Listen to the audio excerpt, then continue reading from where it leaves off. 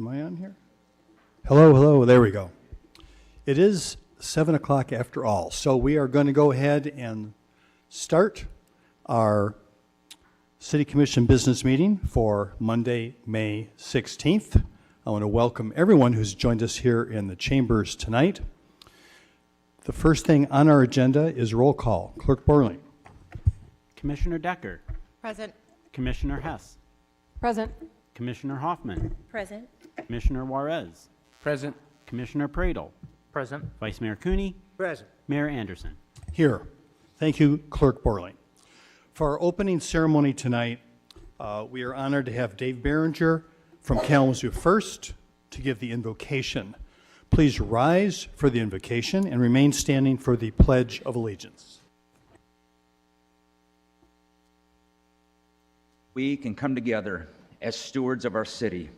And I thank you, Lord, for these civil servants that you have blessed us with. I thank you for their hard work, for their sacrifice. May you continually bless them and their families. May you generously give them wise and discerning hearts, skillful to govern the people of our city. Grant the mayor, our city leaders, the staff, this council, grant them wisdom that they may solve problems, distinguish between right and wrong, bring order, stability, and prosperity to our community. Give them grace to bring truth, justice, and stability to this city of Kalamazoo.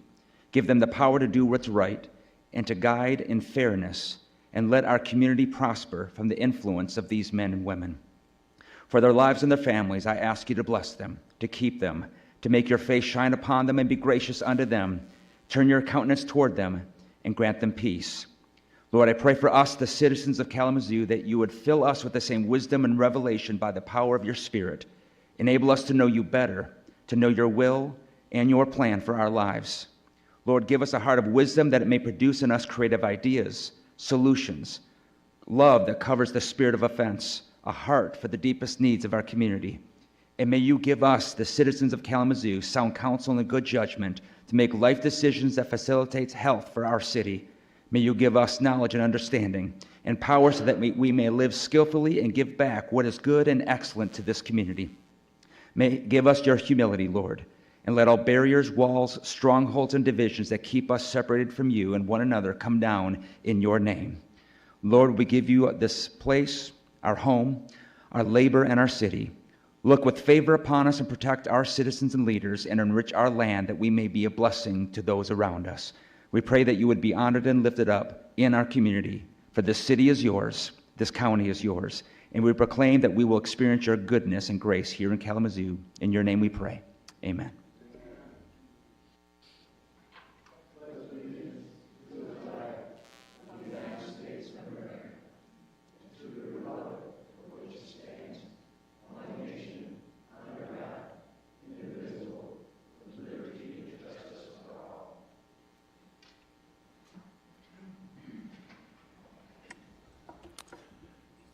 Thank you very much, Mr. Behringer. Appreciate your words for our meeting this evening. We have a proclamation tonight recognizing essential transit employees. And I believe that we have here to accept the proclamation is Earl Cox, is that right? Coach operator and president of the Amalgamated Transit Union Local 1093, and Sean McBride, the Executive Director of the Kalamazoo County Transportation Authority and Central County Transportation Authority. If you will both come forward, please. Commissioner Pradel is going to be reading the proclamation.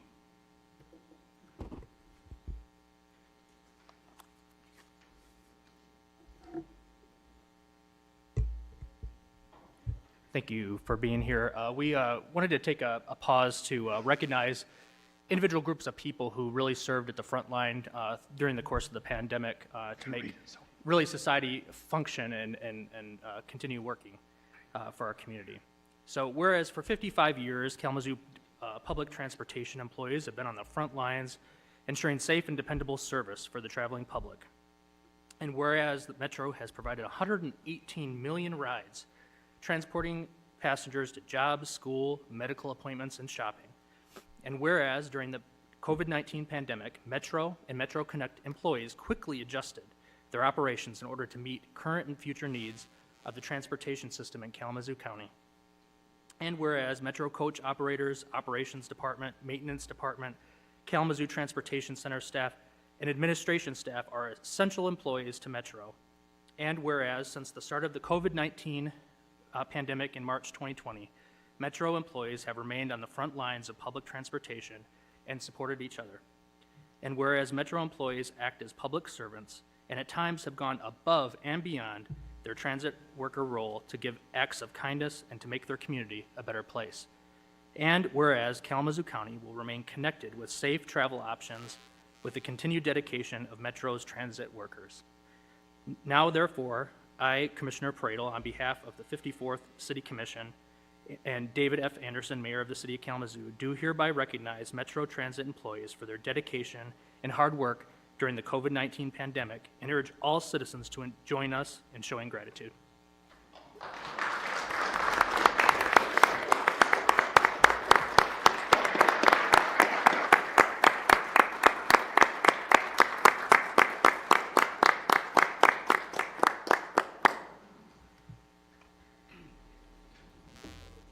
Thank you. Thank you so much.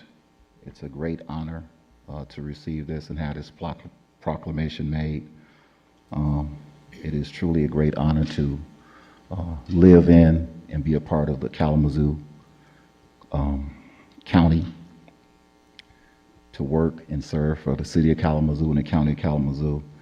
It is a great honor. We take a great pleasure in it. We live, go to church, our kids go to school here. So we're part of this community, and we want to make it the best community that it can be. Trailblazers and leaders, full of passion, full of love, and working hard to do our part in service in the community. Thank you.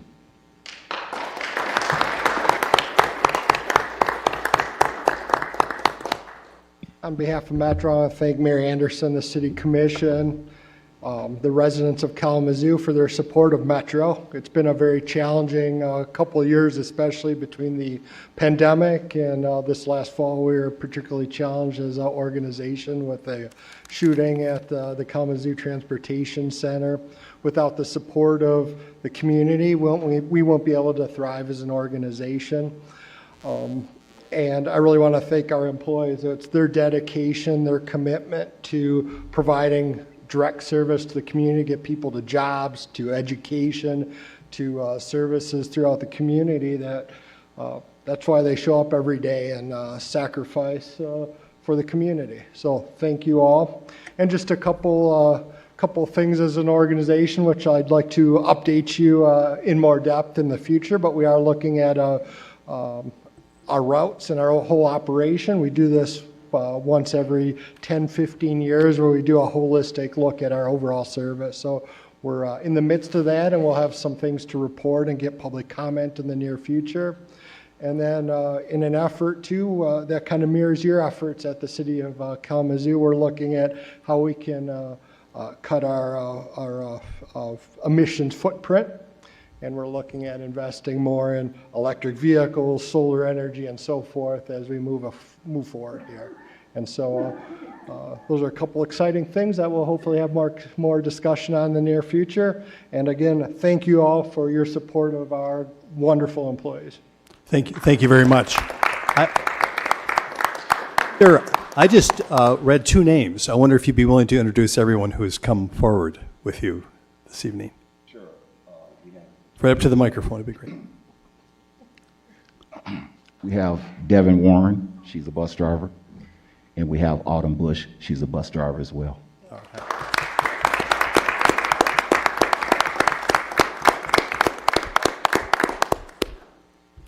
Thank you very much. Appreciate you taking time to come down here.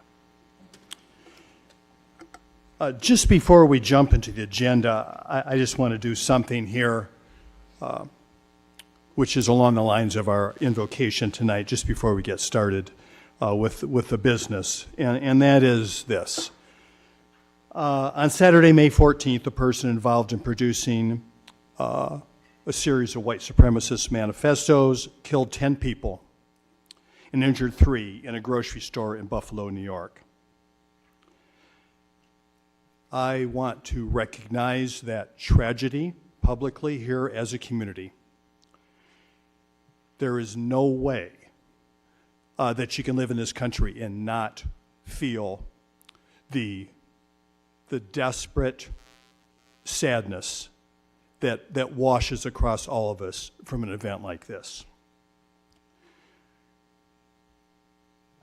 I would suggest that desperate sadness hits us unevenly. 11 of the 13 victims, 10 killed and 3 shot, were black. That seems to be the intent of the individuals involved in this.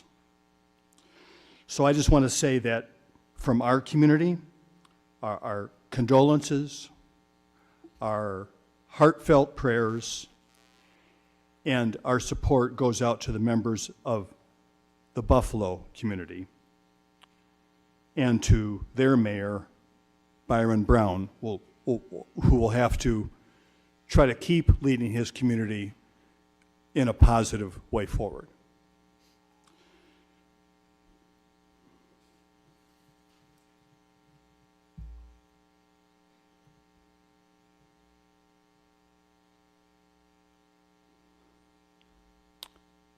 These are not easy times. That said, we are back to our regular business agenda this evening. And the next up is the adoption of our formal agenda. Commissioners, you have before you the agenda for tonight's meeting. Are there any changes you would like to see?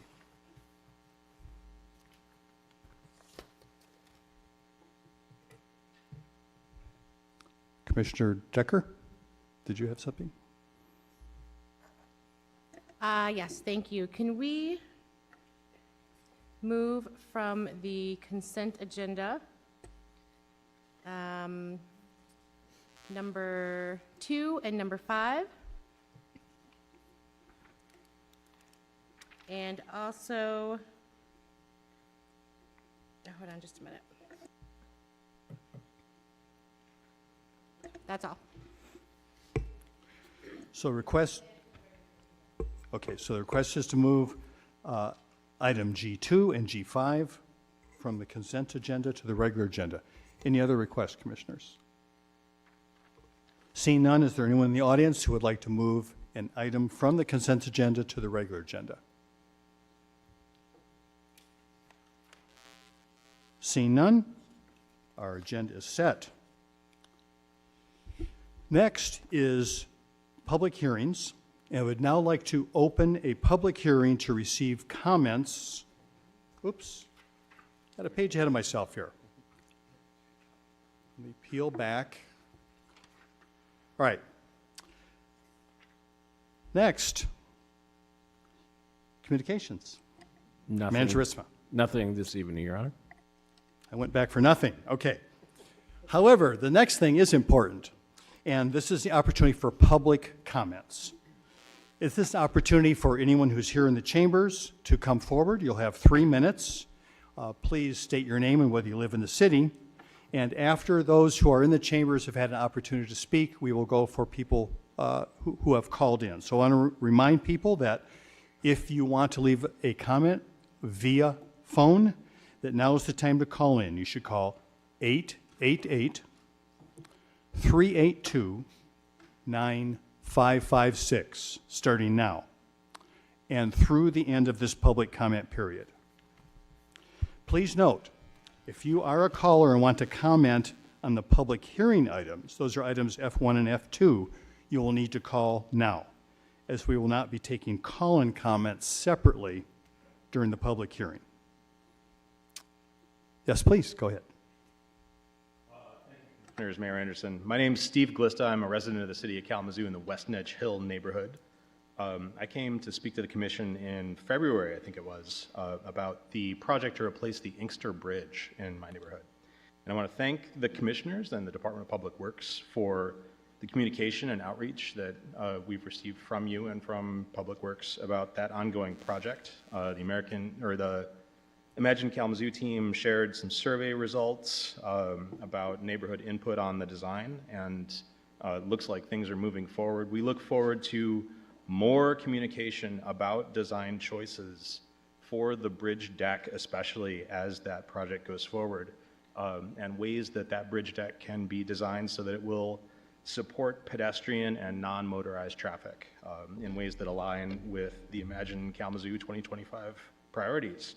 I'll remind the Commission that as part of the Safe Communities priorities, we are looking to invest in safety for the most vulnerable road users in our community. That includes pedestrians and cyclists and transit users and users of alternate mobility. So guys on the little motorized scooters that are getting around, those are all important users, and we should design our infrastructure to protect them when we are planning projects like this. This kind of dovetails with a conversation that's going to come up later tonight about design strategies for Kalamazoo Avenue. I think that we just pulled that off the consent agenda. So I would speak in support of including a protected bicycle lane, protected bicycle facilities in those designs. I know that we're not really looking at drawings yet. This is just to approve a design contract, but I would speak in favor of that. And that's all I have. Thank you. Thank you very much. Next, please. Hi, my name is Tina McClinton. I live on Lake Street. I am down here again asking about the sewers and the storm drains. Last time I was here, I was told that you would put a backflow in. I talked to 2 different plumbers, and they told me that would be a bad thing to do. Because if you put a backflow in, and I ever have to have my drain cleaned from rotor-rooter or anything, they can't clean it because the backflow is going to stop it from going out. And then if you put a backflow in to solve the flooding issues and the sewer issues we have in our neighborhood, all that's going to do is make the sewage come up in my toilet and make it come up in my bathtub instead of in my basement drain. I wish you'd just fix the sewers and the storm drains in Southtown neighborhood. You won't accept our neighborhood plan. You won't accept our neighborhood as a neighborhood, even though we have a sign that sits right on the corner of Burdick and Crosstown that says, "Welcome to Southtown neighborhood." It should say, "Welcome to Southtown neighborhood," the neighborhood that's never talked to, neighborhood that's never listened to. Only time we're talked to is if you want to build something there. And we have a little almost 4.5 acres of green space next to my house that saves us from flooding, that the city has been trying to take away for years to build on.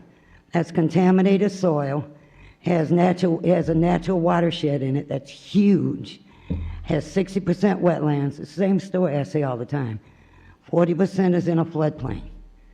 We flood 3 to 4 times every single year. When your ponds overflow, they fill up all the storm drains in the whole neighborhood. The water comes up through the storm drains, floods out the sewers, and comes up in our homes. We are trapped. The hospital is trapped. I live right down the street from the police station. They're even trapped. When are you going to fix the flooding? If you can change a road downtown from a one-way to a two-way, you should be able to use some money to fix the sewers and the flooding in our neighborhood. We're poor people. I work 2 jobs. I work a second job just to be able to afford to put in a new furnace and water heater every 4 years and to pay for the cleanup. I mean, I shouldn't have to work 2 jobs. Most people's furnace lasts them 15 to 20 years. I've put in, since 2008, 4 furnaces. 2008, 2014, 2017, and 2018. I've had to put in a new furnace and a new water heater. All I'm asking is to check the sewers and the storm drains in my neighborhood and try to fix them. They're failing. They're failing the poor. We're a poor neighborhood. So, I mean, I know it doesn't matter to you guys because we're a poor neighborhood, but it does to us. We struggle to make ends meet and shouldn't have to put in new furniture. Thank you very much. Next, please.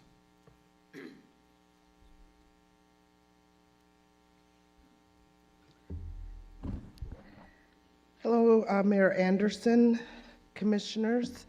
My name is Gwendolyn Hooker. I am a Northside resident. I am the CEO and founder of Hope Through Navigation. and I am here to talk to you briefly about a very disturbing incident that happened early this morning with the Kalamazoo Public Safety. I'm going to just start out with this, which, if folks know what this is our Narcan kit. Saves people's lives if they happen to overdose. My organization serves people with criminal background, substance use disorder history, just laying the foundation. Long story short, my car was stopped in a traffic incident for a light bulb that was out. That circumstance escalated to the person driving the car being pulled out of the car and my vehicle being scratched and checked and ransacked because the reason that they ransacked my car was because of this. They said that this gave them probable cause to search my car. So my question is this an illegal item to have in a citizen's possession? And what is the training that your officers are receiving as it relates to the opioid epidemic and how to de-escalate a situation when you're interfacing for a minor traffic stop? Because we know that we have witnessed all across the country black men being murdered in minor traffic stops. The person that was driving the car was assaulted. It was a spectacle, all from a back brake light. In the midst of all of that, I have a vehicle. The end part, and I want to make sure that I get this in, is that at the end of the day, after all of this happened, my car scratched up, the person has been assaulted, the traffic ticket machine was broken, so they couldn't even write a ticket, and then the person was just released with a warning. So this is a problem. And folks that know how I advocate for the people that I serve and the job that I do in this community, of course I'm going to advocate for myself. You know, I have a vehicle that is going to be very difficult to fix because I have no police report, and I have damages from a dog that scratched and dented my car. Not to mention you have a person that was assaulted by the Kalamazoo Public Safety. So, just want to leave that there for you guys to muddle on so that you all can know that you're aware, because I know that there's a habit of police reports and complaints kind of disappearing, and we want to make sure that everybody's aware of what happened so that when the complaint comes.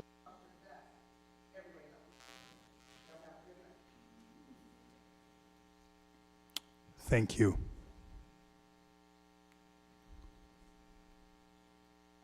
Evening. Kiara Gamshow, Kalamazoo, Michigan. I would love to stay to the extent of the meeting. I just had to go back to our business and make sure we do our closing procedures. But I'm here in support of the city of Kalamazoo, especially the Northside and the Northside Cultural Business District. So I would love to just make my comment before I have to head back and close up shop. In this country, the entrepreneur is dissipating, and I come from a family of entrepreneurs. And our city needs more entrepreneurs, and what better way to have entrepreneurs represented in a neighborhood that is a hidden gem in our community and in our state. There's a lot of talent on the north side, and there's a lot of things the north side has to offer as far as food, skill, ideas, all that good stuff. So I'm a firm believer in making things happen, and I'm a firm believer if you're hungry, you'll find food. I'm a kid from Bloomfield Hills, Michigan, and I was raised in Detroit, and I've seen both sides of the tracks. And corporate America abandoned the city of Detroit after the riots, and you see what happened there. And people see Detroit's on the come up, and we're rooting for them. And I'm still a big fan of Detroit. But one of the biggest things that I want to talk about, besides building great businesses in the Northside Cultural Business District, is what happened to me personally during COVID and the insecurity of our food system in the state of Michigan and across the country. In our country today, everything is big business. And without the entrepreneurs, when we had a major issue in our country. Everyone depended on big business to supply them with basic nutrition. And a lot of these places did not have product to supply the community. As an entrepreneur, my family, my great staff, we never ran out of a majority of our products because, you know, we're entrepreneurs, we connected the dots, and we try to make it happen for the community, produce, meats, all that good stuff. And one of the reason why I'm saying this is being an entrepreneur allowed us to offer the community basic resources, and having dollar stores and other types of businesses take over our communities. You know, I cut meat, I have an accounting degree, I'm a kid from Bloomfield, but where are my kids gonna buy meat and produce from in the future? So I'm working with the Michigan Good Food Fund, I'm working with Maddie, with the SBA, and we just need to.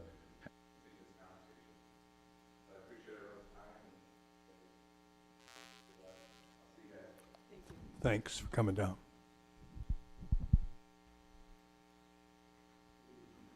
My name is Irvin Beverly. I reside at 922 North Prairie Avenue. And I came tonight because I got a letter saying about the Northside Cultural Business District desires and wants. And I read it over and looked at it, and just being a resident, that's great. But can we on the north side get the basic things that we've been lacking for decades? Burnout houses, they stand for 2-3 years.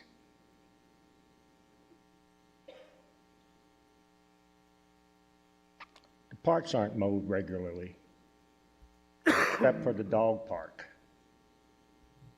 The sidewalks that are adjacent to the parks, except the dog park.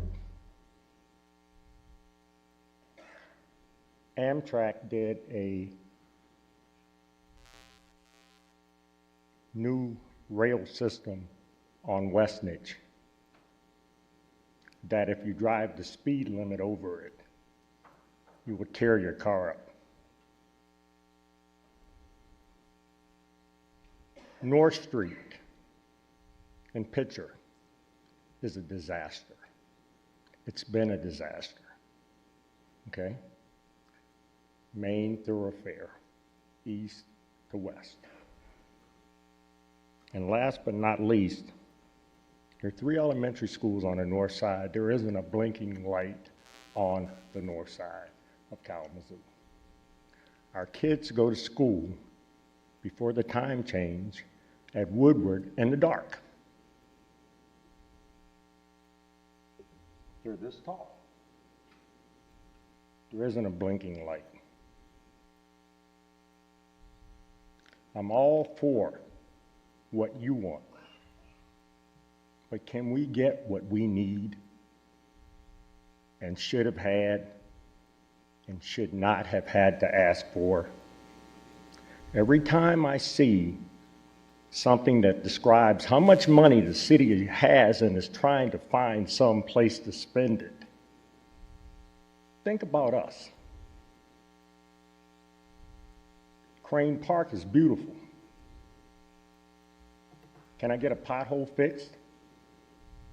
The street that I live on, when the building was torn down at the top of Blakesley for Prairie Gardens, grass grows so tall in it, it needs to be mowed.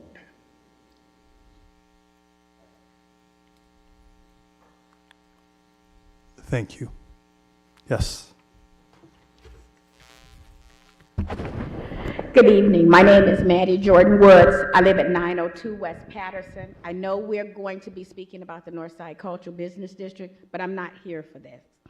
I did not think I would have to be here to talk about something else. And what I'm here tonight, speaking as Maddie, as a property owner, raised on the north side, came back to the north side.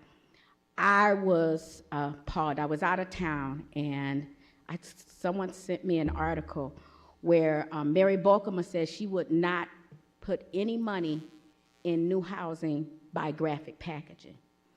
Mary and I are friends, but you know what? When it comes to the Northside neighborhood, friendship just goes down the road. Because let me be clear, that adds insult to injury to the people that live by graphic packaging company. Now, Mary said, well, no one would want to live there. Well, you know what? Spend some money to make it safe. 95% of the people who live by graphic packaging are black or poor in this community. And instead of saying that you will not put any money into it, should start asking, can we come together and find out if it's unsafe, because the Northside Neighborhood Association voted to wait until all the surveys are in, when find out what is really happening, who did what, but to have before everything come out, someone to say that we're not going to build any housing, any new housing, you know what? That does a ripple effect at what we've seen happen in this country. We're talking about redlining, only using a different word and using environmental concerns as the reason to do that. Because first comes the county, next maybe the city, next then all of a sudden the banks tell the people who have spent 30 to 40 years paying for their homes over there, we're not going to give you any money because it's unsafe. But 15 years down the road, all of a sudden developers are coming in, and then you can build new housing after the people who were there are gone. So I'm going to ask this commission that you not let anyone come to you to say that with your CDBG funds, your general funds, your Foundation of Excellence funds, that they will not put money if any of those residents want to have, if they need help over there for their housing. If there's someone who wants to build over there, let's concentrate on looking at whatever those studies come out to be and trying to fix it so the people who have for over 60 years have spent their time, their money, their life, and raised their kids. Thank you very much. Thank you, Maddie. Next, please. My name is Jerry Williams. I've resided in Kalamazoo over 25 years. I come to support Ms. Maddie Jordan Woods' cultural business district she's trying to get accomplished. This woman has worked for us, I can't even count the number of years, but she has showed us that she's determined to help our community. She has always been straightforward. She's never been hypocritical. She's never been disrespectful. And I think we need people like this in our community. We have so many things that need to be accomplished. And this lady here has showed us she knows how to do it. That's all I have to say. Thank you. Yes. Sure. I hadn't planned on saying anything. Just planned on sitting and listening, and I kind of felt compelled after I'm hearing everybody. And first and foremost, I want to commend Maddie for everything that she does. I was born and raised in Kalamazoo. I live in Cooper Township now, but I've known Maddie for, a couple of months maybe. She does amazing work, amazing woman. So let's start by saying that. So, like I said, I wasn't planning on saying anything, but what I'm hearing from a lot of people and why I felt compelled to talk is, just like with any household budget, right? You got money for X, Y, and Z. I'm hearing a whole lot of people say, we need this, we need that, we need the other thing. It's just like any household, right? Needs versus wants. Do you need this? Do you need that? Do you want this? Do you want that? How do you foster and create opportunity for the people of Kalamazoo? You do that by creating a sense of pride within their community. The Northside, I work on the Northside. It's the community that I work in. I want to see it thrive. How do you do that? You create pride for the people that live there. You fix the roads. You fix a building. You create an environment that creates a spot where people can be proud to call home. And that creates success down the road. So when you're making these decisions about how you want to spend these funds, what you want to do with it, just consider, will this create opportunity for the people, for the residents? Will it create a sense of pride? What's the real return on this?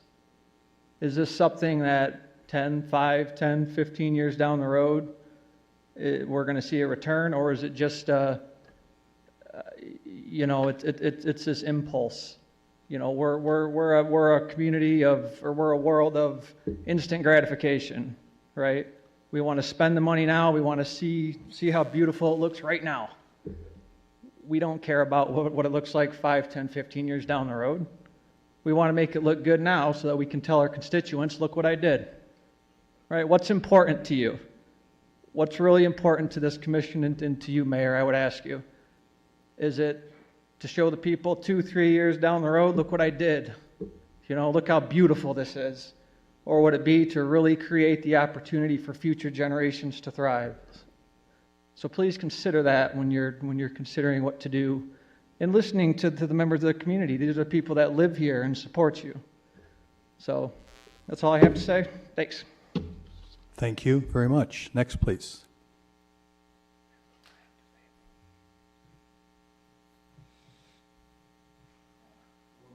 Leander Robbie with the Kalamazoo Coalition for the Homeless, and thanks for listening to the concerns and thoughts. The prayer at the beginning was hearts. Let's have hearts for those most deeply impacted in this community, and we were hearing from those people.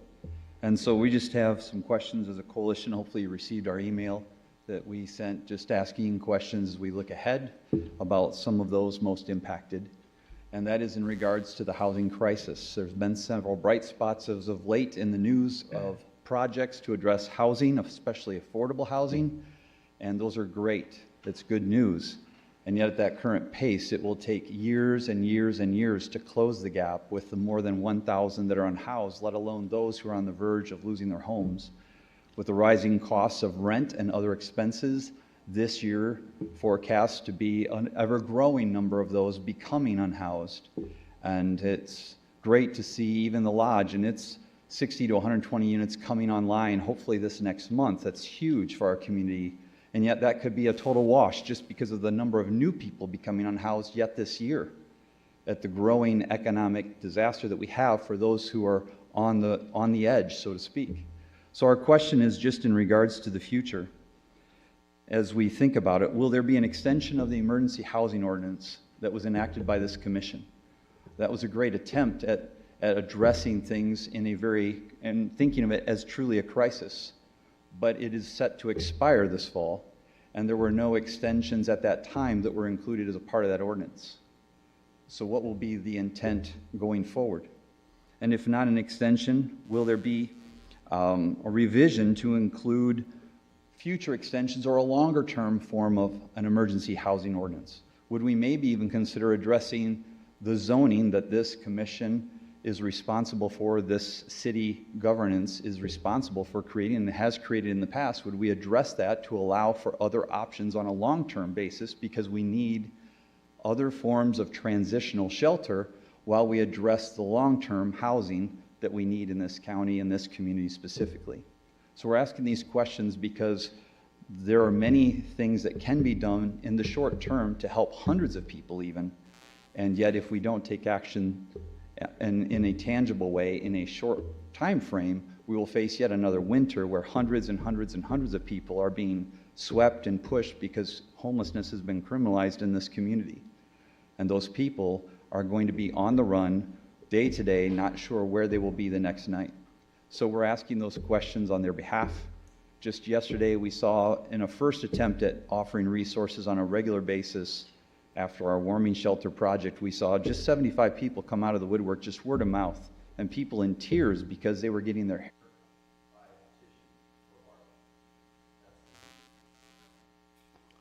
Thank you very much. Appreciate it. Is there anyone? Yes?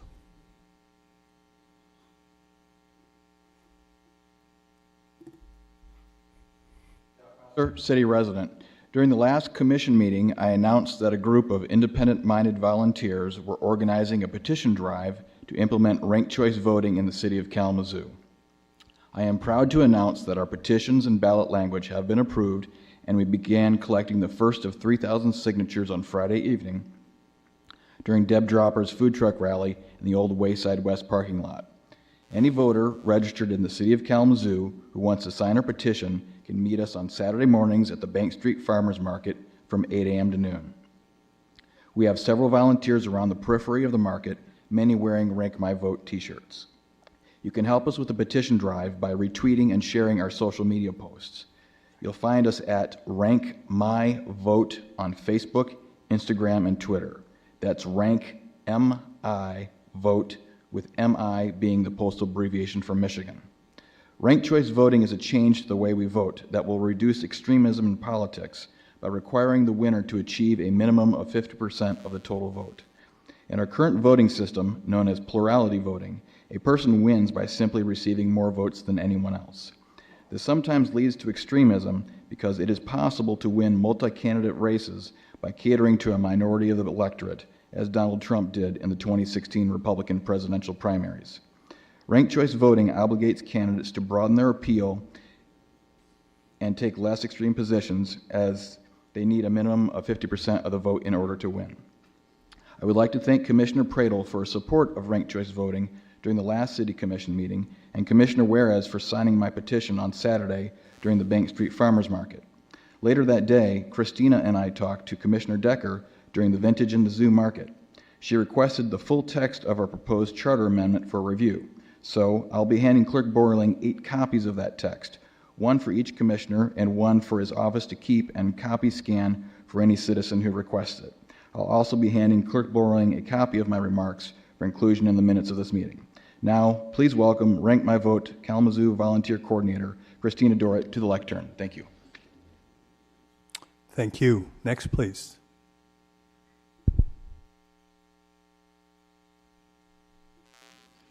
Good evening. My name is Christina Dorrit.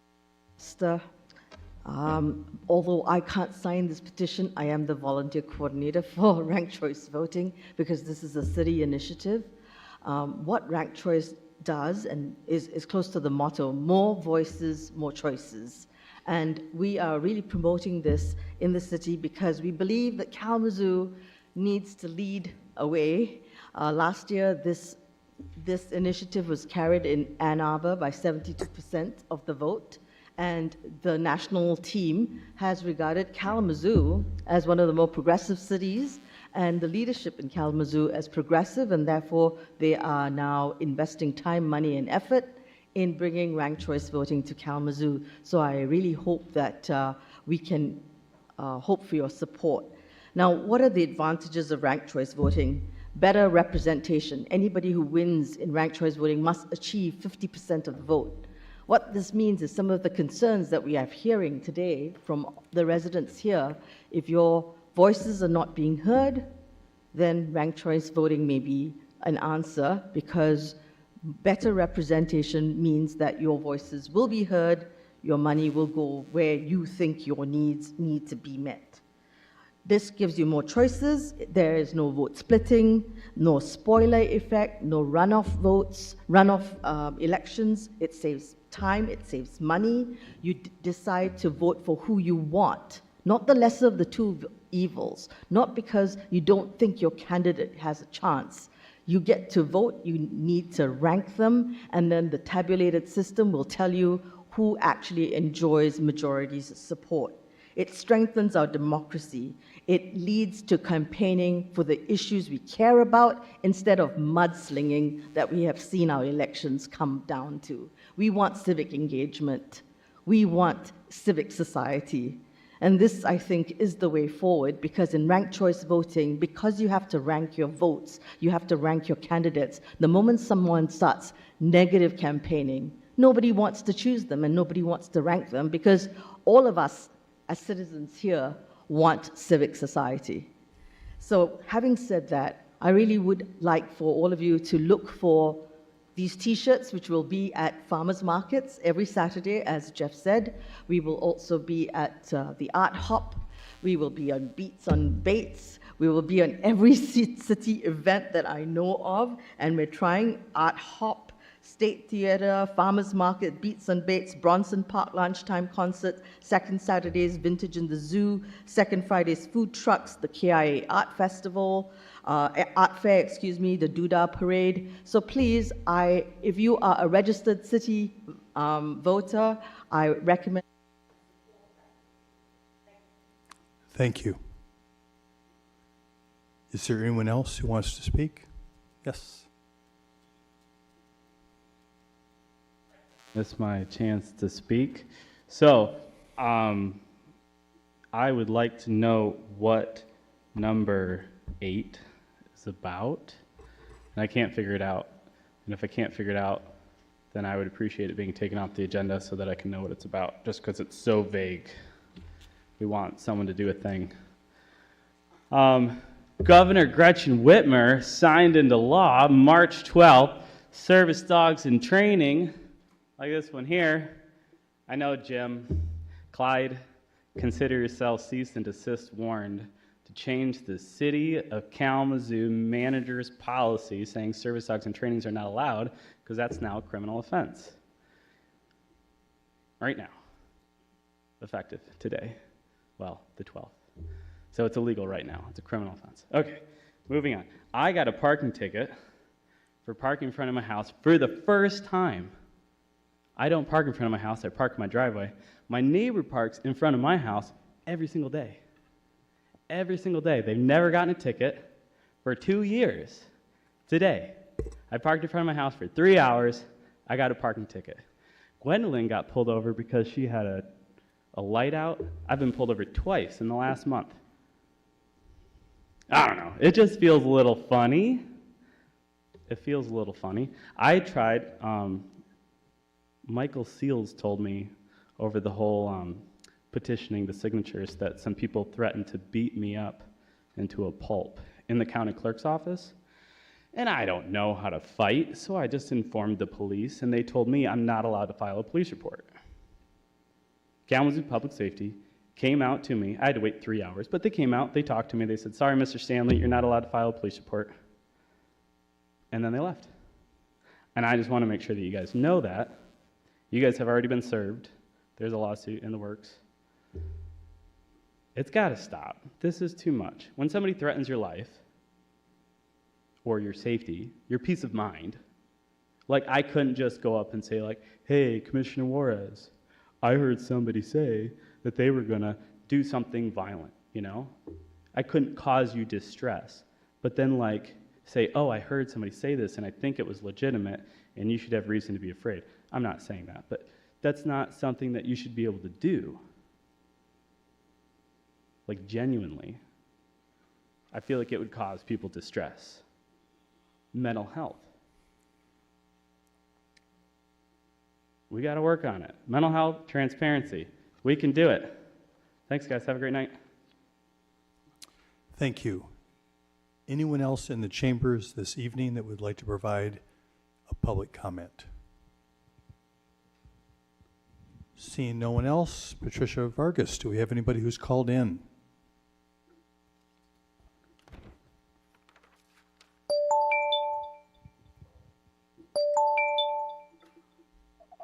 Caller ending in 9414, you have 3 minutes.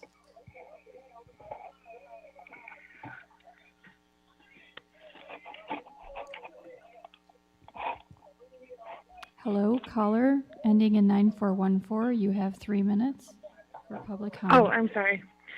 Hi, my name is Alina Evans, and I am calling. I really just want to read out loud an email that I sent to all of the city commissioners, the city manager and the vice manager. So I am writing an email in response to an article that I read on MLive. It is titled, Police Board Finds Officers Mishandled Woman's Arrest, but City Manager Disagrees. I read that the city manager, Jim Ritzma, does not believe that officers mishandled Monica Padula during her arrest. I would like to know what the reasoning behind this decision was. I was present at Monica's appeal hearing, and her video showed very clearly to me and others present that she was in fact mishandled. There were accusations by the officers that she struck them with a flagpole, and that was proven by video to be incorrect. It seems to me that Monica was treated with such with such neglect from the officers based on the incorrect accusation that she struck an officer. I'm confused as well that based on the article, you're using a still photo of an EMS person to prove that she was offered medical help. But what about the video footage that was shown? There is a known issue with KDPS, and you've heard about it tonight, and how they handle the Black and brown community here in Kalamazoo. And we need more than just an email response saying that you're working on improving the relationship between the police and the community. This appeal was a missed opportunity to put your words into action. This was an opportunity to show that you care about the citizens of Kalamazoo, especially our BIPOC community. Your decision seemed rather biased to me. Is there any record of the number of appeals that have been brought to the board and how many of those appeals were approved or denied? Because I'm curious what the numbers are on that. It seems to me that the Board of Appeals is all smoke screens if our city manager is just going to side with the police. Why wasn't the decision based on the recommendation of the appeal board? What then is the purpose of the appeal board if the city manager is just going to make his own decisions regardless of the recommendation? And where is the accountability? Where is the transparency?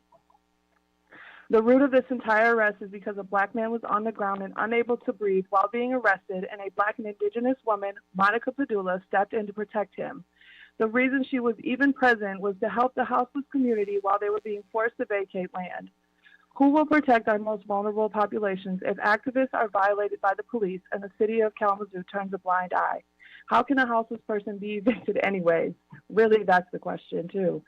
How many resources are being poured into the houseless community only for the city to pay for a bulldozer and throw everything away? How does this make sense? And I would ask that you drop the charges against Monica Padula and all the other activists that were present that day. Thank you.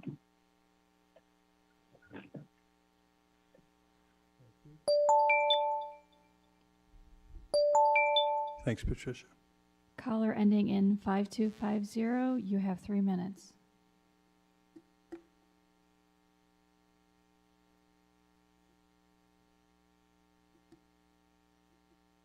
Caller ending in 5250, you have 3 minutes for public comment. Okay. Hi, everyone. My name is Remy Harrington. I wanted to attend tonight, but I'm just going to call in. Okay, can you hear me? Okay. Yes. Hi, everyone. My name is Remy Harrington. Yes, we can hear you. Go ahead. Okay. Just a second. Okay, can you hear me? Just feedback. I was just calling to get I would like for us to be able to clarify the administrative purview of the city planner. I am on the ZBA, and I'm currently concerned about the current system of checks and balances. Without this being clarified, it creates the ability for there to be administrative shifts and amendments to ordinances that undermine the decisions of the citizen boards, and I'd like for that to be clarified. Currently, it outlines that the city planner has jurisdiction, powers, duties, and administrative adjustments where she's able to review, hear, consider, approve, or disapprove ordinances. And that's obvious that it's being leveraged tonight, specifically in the case of tonight's change for item number 2, F2.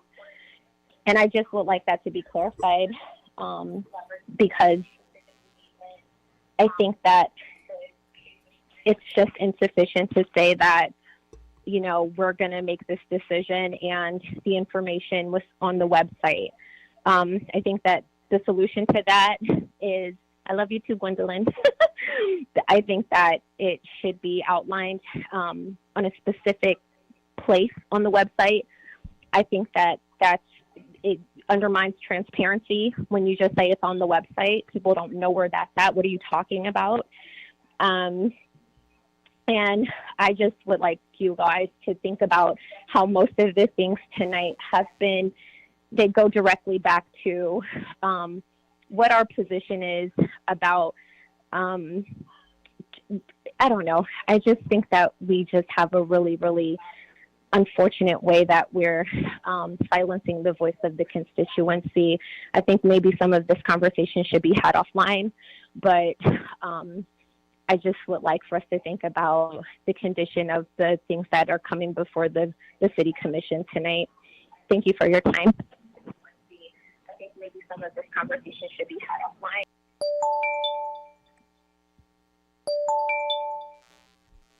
Caller ending in 8893, you have 3 minutes.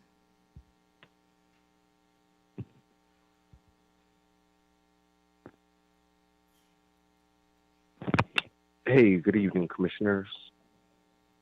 I hope you can hear me. Want to thank you all for your work. My name is JJ. Special shout out to Commissioner Juarez and Commissioner Hoffman. Lot of interesting comments that were brought up tonight. Now, I just want to remind us that race and racism and white supremacy plays a factor in everything in our American society. And whether that's environmental racism, whether that's housing, whether that's policing, or whether that's education, that the history of race and racism plays a huge factor in that. In our current state in Kalamazoo, in terms of the wealth gap, specifically for African Americans and Black folks and descendants of slaves in Kalamazoo, in the city of Kalamazoo, deserves a strategic approach through our economic development and through our enormous amount of wealth, because our wealth gap and our racial wealth gap is not going to be erased through home ownership, through good credit, or through owning businesses alone. And I think our city, being one of the best cities in the nation, has everything it takes to adopt a reparations policy. The county of Kalamazoo has adopted a reparations policy, and we're hoping they can get their act together to put some movement behind that. But I really do believe in our city, and with everything that was brought up today, we know that race and racism plays a huge factor. And I think we owe the citizens of Kalamazoo, specifically the African American citizens, a more strategic approach to how we're going to address the racial wealth gap, because our children, the Kalamazoo Promise citizens, really deserve a fighting chance. And I think we all know that until we address the huge poverty that African Americans and Black and brown folks face in Kalamazoo, in the city, that we're not really going to address any of the other issues, whether it be environmental, housing, crime and violence, until we really address that issue. So I hope, City Commission, that you can consider that. And I look forward to talking with you and strategizing with our great city about how we can adopt a reparations policy. Thank you, and keep up the great work.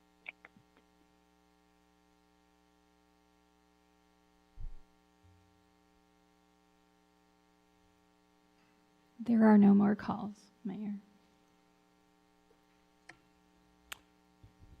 That's it then? Right. I want to thank everyone who took the time, made the effort to come down here to the chambers and make comments, and to call in this evening as well. I know sometimes it can seem a little awkward, but this is the opportunity on our business meeting agenda to present your comments to us. Obviously, it is not a time for a back and forth discussion, but there are also opportunities for that as commissioners are spending time going out in neighborhoods, having opportunity for listening sessions, a whole variety of other opportunities. So thank you once again for everyone who participated. Next on our agenda are public hearings, and the first thing I want to do is open a public hearing to receive comments on item F1. Now that is the Tax Increment Financing and Development Plan for the Northside Cultural Business District Authority.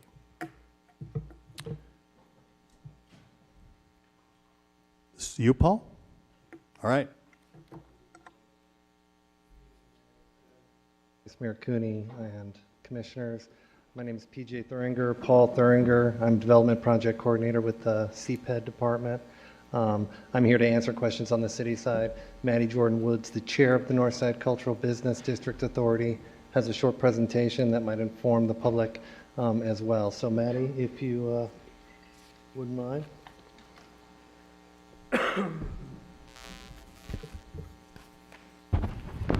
So I'm horrible when it comes to technology, and I just got told that I'm going to work this PowerPoint.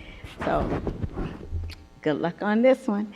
So the Northside Cultural Business District, we thought it was important that people could see exactly where the boundaries were that we are asking for the TIF district. It is a small area compared to what the Northside is. So that is what you see. The boundaries are Westnedge, Frank, Willard, and the little Uncove right outside of Harrison. So they told me to push this. Okay, there we go. So we thought it would be important to give a history of NACD, to look at that there have been over from 2009 all the way to 2018, resident engagement. The residents over and over talked about the things that was needed in the community. And it really wasn't until 2018 when the city told all of the neighborhoods that they needed to imagine their neighborhood and come up with a neighborhood plan. So again, another 3 meetings was done, and the residents went around and they said the things that they wanted. A history of NACD. In the meeting when the resolution established the authority was approved, it was determined that the CIA was necessary to redevelop its commercial corridors, increase the number of resident-owned businesses, especially those by underserved, underrepresented, historically disenfranchised, historically excluded, and low-income residents, and promote the general economic growth of the city. So what is NACD doing? Our anti-gentrification strategy involves housing and construction, workforce development, NACD certified nursing assistant training programs, medical coding and billing training programs, computer numeric control program, access for all skills training programs. So before I go to the next slide, obviously NACD is doing that. We have a host of partners from the workforce development program. The future of NACD plans is affordable housing, tech and vocational center, the tiny house project where Gwen Hooker has been spearheading that, and this is another example of where a resident has an idea that she wants to take control and make an impact for a certain population, and that the neighborhood association assists them. This project will be turned over to Hope through navigation, and they will run that program. The affordable housing, those 4 homes that you're looking at, they are on Ransom Street, or they will be on Ransom Street. Who are our partners? NACD works with many community partners, including the City of Kalamazoo, Kalamazoo Promise, LIST Kalamazoo, Bronson, Michigan Career Technical Institute, Urban Alliance, and more. In 2018, at the 3 community meetings, residents defined the immediate actions of a specific corridor area called the Northside Cultural Business District. On November 5th, 2018, by resolution number 1878, the City Commission established the Northside Cultural Business District Authority and Development Area. On April 15th to 19, the City Commission appointed members to the Northside Cultural Business District Authority. The Northside Cultural Business District Improvement Authority is necessary to, 1, redevelop its commercial corridors, increase the number of resident-owned businesses, especially those by underserved, underrepresented, historically disenfranchised, historically excluded, and low-income residents, and promote the general growth of the city. We want to make sure that people truly understand what we are trying to do with this tax district. It is not a new tax. What is the TIF increment financing? It's an economic development tool that helps local governments improve historic districts, restore rundown and underdeveloped areas, or jumpstart economically challenged parts of a city. TIF is based on the concept that public infrastructure investments support conditions that spur private development, leading to higher property values and other economic benefits, such as new jobs and higher sales tax revenues. The basic premise is that because these economic benefits would not occur but for the upfront public sector investments, municipalities might decide to capture the new property tax revenue and use it to pay for the infrastructure investments that are expected to spark the growth. Earlier this evening, one of the speakers got up and said, hey, what really is going to make that difference is the opportunities that will be long-lasting, they will be brick and mortar. That's what we're talking about in TIF. How do TIFs improve communities? TIF districts encourage and promote long-term economic development and opportunities within a defined area. The increased revenue may be used to pay for development projects within the district. A development project could be, for example, new infrastructure, including roads or bridges, new street lights, the improvement, creation of demolition of buildings, a new shopping center, stadium, parks, water treatment facilities, and yes, the Gazette article said a museum, but obviously our priorities is housing and for people to be trained for good paying jobs. Why is there a need for a tax increment financing? TIF provides local governments, again, with the tools to overcome economic barriers in specific areas and partner with developers and investors to make improvements. Our TIF is saying that why can't residents also be involved in that? That is the whole premise behind it, to bring in people who actually live in the district so that they will be able to benefit from all the things that we talk about in the tax increment financing. What effect does TIF have on county schools and other districts' residents? County schools and other districts, et cetera, continue to receive all tax revenue they were entitled to before the creation of the TIF district. So I want to make clear, we are not trying to take taxes from anyone who is already receiving taxes on items or businesses that are already within the district. Residents in the newly created TIF district will continue to pay their taxes. Any increase in revenue attributable to an increase in assessed property values from the base value going forward is captured by the TIF authority. Ultimately, improving these undeveloped areas of the city increase the tax bases in the long run. Corridor Improvement Authority, economic development tool. Again, we're just, as a neighborhood, is saying what things can we use to better improve the area in which we live, work, and play. Established by state statute, assist with funding improvements in corridors outside of downtown, administered like the Downtown Development Authority, administered by a board, ability to establish a tax increment financing TIF plan, create special bond assessments, issue revenue bonds, guide use of funds to meet authority priorities, make plans and implement plans, conduct studies, enter into contracts. Our plan was developed, the neighborhood plan, in 2018. Last year, again, we did the TIF plan, which trying to incorporate and allow for opportunities to be able to implement the plans that our residents discussed in 2018's neighborhood plan. The Corridor Improvement Plan, what is it? It's made up of 5 to 9 members, minimum of 7 recommended by the city attorney. The majority of the members must either own property or have business interests within the authority. At least one of the members must reside within the authority boundary or within a half a mile of it. City Commission approves members recommended by the mayor. NCBD priorities provide financial incentives to increase the number of resident-owned businesses, especially those by underserved, underrepresented, historically disenfranchised, historically excluded, and low-income residents. So, you know, really that is almost everybody. But I want to give a shout out to one of our committee members, Ricky Thrash and his wife Yvonne. They are both retirees from the city, and hope you will visit their site on North and Burdick. Increase the amount of affordable housing available based on income levels in the city of Kalamazoo. These are our priorities. Build the cultural identity of the neighborhood with a new logo, murals, art installations, and preserving culturally significant places. Priorities, again, improve facades, infrastructure, sidewalks, and streetscaping. That was mentioned earlier. TIF capture is not a new or additional tax.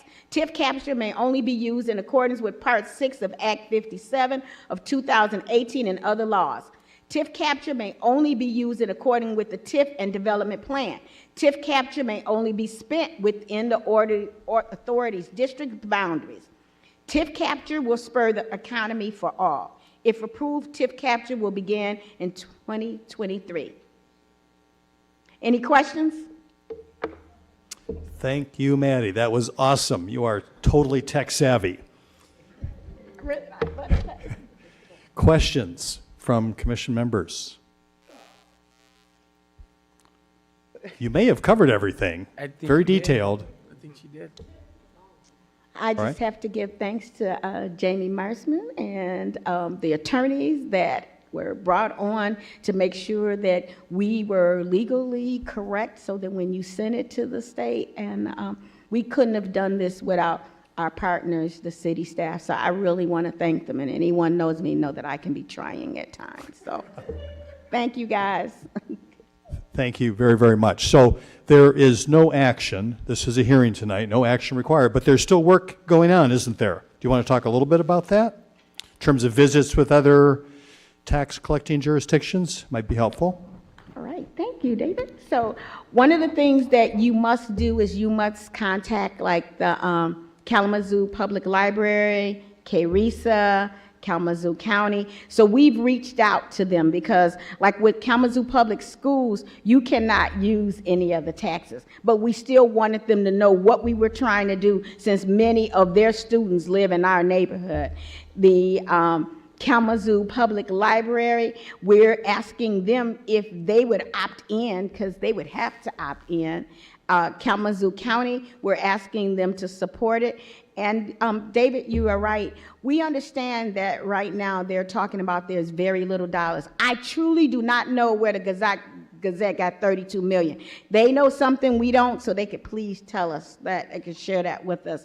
But the goal is for us to let the entire community know that there's residents, business people that's saying the Northside is valuable, and the people that live in it, that after everything and the dust settles, that the people that were there in the beginning should have the opportunity to be there in the end. So thank you guys again.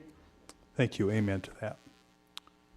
So just as a little additional information, one of the seats on the board is the seat for the mayor. So I've been attending those meetings, which have been gone on all throughout pandemic here since 2019. And it has been work that's been challenging and taken a lot of effort and had some setbacks, but we are on the final stretch with this now. And that will be done. Just a reminder, I think it's very, very important. This is capturing new value, not existing value, to redirect it geographically, specifically into this area. Just a few years ago, this was not allowed necessarily. Cities were allowed, in essence, one DDA that they could use downtown. But this corridor enhancement district has allowed additional tax increment financing districts, specifically like this one, the NCBDA, in order to do this long-term work. I'll be interested to hear about that 32 million also, but this long-term work which will be carried on by the generations to come to create the kind of placemaking and neighborhood location that we want it to be for this defined district. So thank you very much for your presentation and your continued work on this. I think we're ready to move on. Next, then, I need to close the, oh yeah, I'm sorry. Thank you, Attorney Robinson. Is there anyone in the audience who'd like to make comments?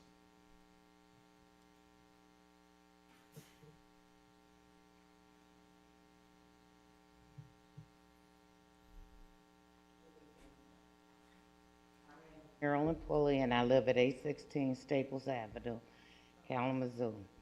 I am also on the board with the Northside District.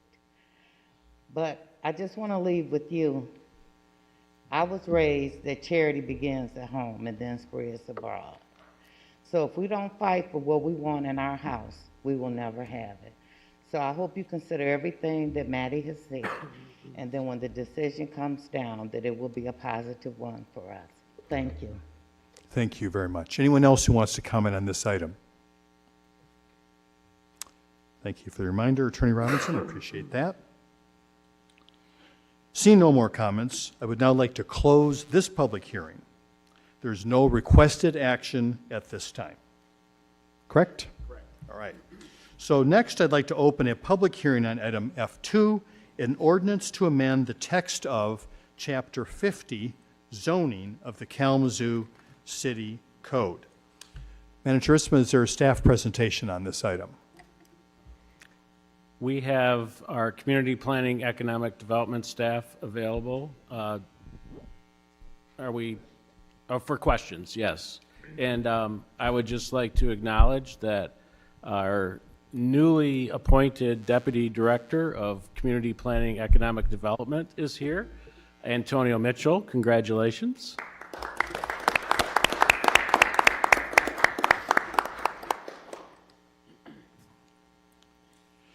So without a formal presentation, this is all in our agenda packet. Are there specific questions that commissioners would like to ask of staff at this time?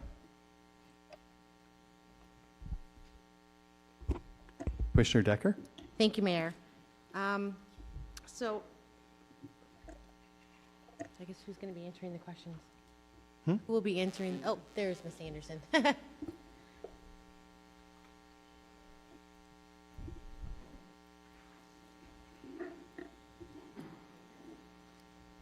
Hello, is your microphone on? Is it on? Yeah, I may have. Thank you.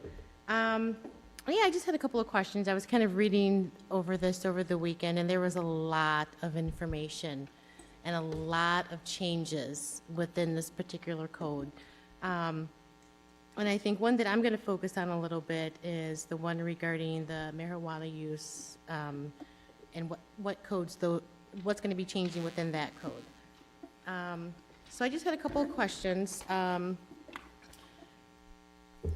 So I guess I'm wondering, we're changing things in here. I think we had a conversation about this last commission meeting regarding the drive-throughs and the amount of feet between facilities. I guess one main question that I have is, has there been an outpour from the community for these changes, or is it coming from the businesses themselves? So I'd like to make sure we answer both of those, community versus business. Sure. So the changes that are in that relate to the marijuana use section in the zoning code, just like the other sections that are here tonight, are mostly staff-driven. These are items that we have used over the last year, 2 years, depending on the section, 3 years, that have either been unclear, have caused difficulties in applying them, or that we have come forward to the Zoning Board of Appeals multiple times for questions. Specifically, as it relates to the marijuana items that you mentioned, one, we currently do not allow drive-throughs for marijuana businesses in the city. That language is currently in Chapter 20, not in the zoning code. So it's with the licensing information. And the reality is that it's a land use issue, not a licensing issue, so it belongs in the zoning code. So we are moving it to the zoning code where it belongs, where we regulate other drive-throughs for other types of businesses. So that is why it's being put in here. It's not new, it's just going to be moving locations. As it relates to the distances, medical marijuana, which was approved first, was done through the state legislature, and they set out kind of specific parameters on how you can approve the ordinance. A couple years later, citizen initiative comes through, different set of parameters, the city adopted medical and adult use at different times. And if you look at the way the two ordinances exist now, there are different distance requirements for what is known as a provisioning center, which is the retail outlet for medical, and for a retailer, the commercial outfit for selling cannabis products. However, the state and the city allows those two businesses to operate on one location, but they have different rules. And so it's become difficult for staff to administer the parameters because while they are essentially the same business, they have a different set of rules on it. And so the changes that are being proposed tonight are merging those so they have the same set of rules. Okay. So then it's more of, and again, I guess I go back to my question, is it more of community-driven or is it more business-driven? Are businesses, bringing this issue up, or is it, as you said, just a staff-driven because you guys are running into issues when individuals are coming and asking for certain things? Sure. So, again, most of these edits, all of these edits are staff-driven. We keep a running list of, whenever we use the code, we keep a running list when we have conversations with developers, with residents, what is hard to apply, what doesn't work, what is causing problems. We keep a running list and are here with you tonight, with the Plan Commission last month, to make those changes based on that running list.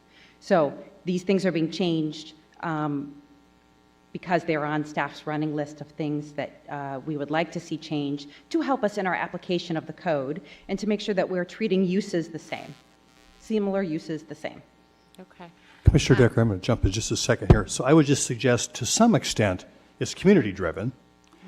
We have a zoning board of appeals, right, that doesn't write the zoning, it doesn't approve the zoning. That's something we do. But if something in the zoning, is not working for folks, then a lot of people are going to the zoning board of appeals and then asking for a variance to the zoning.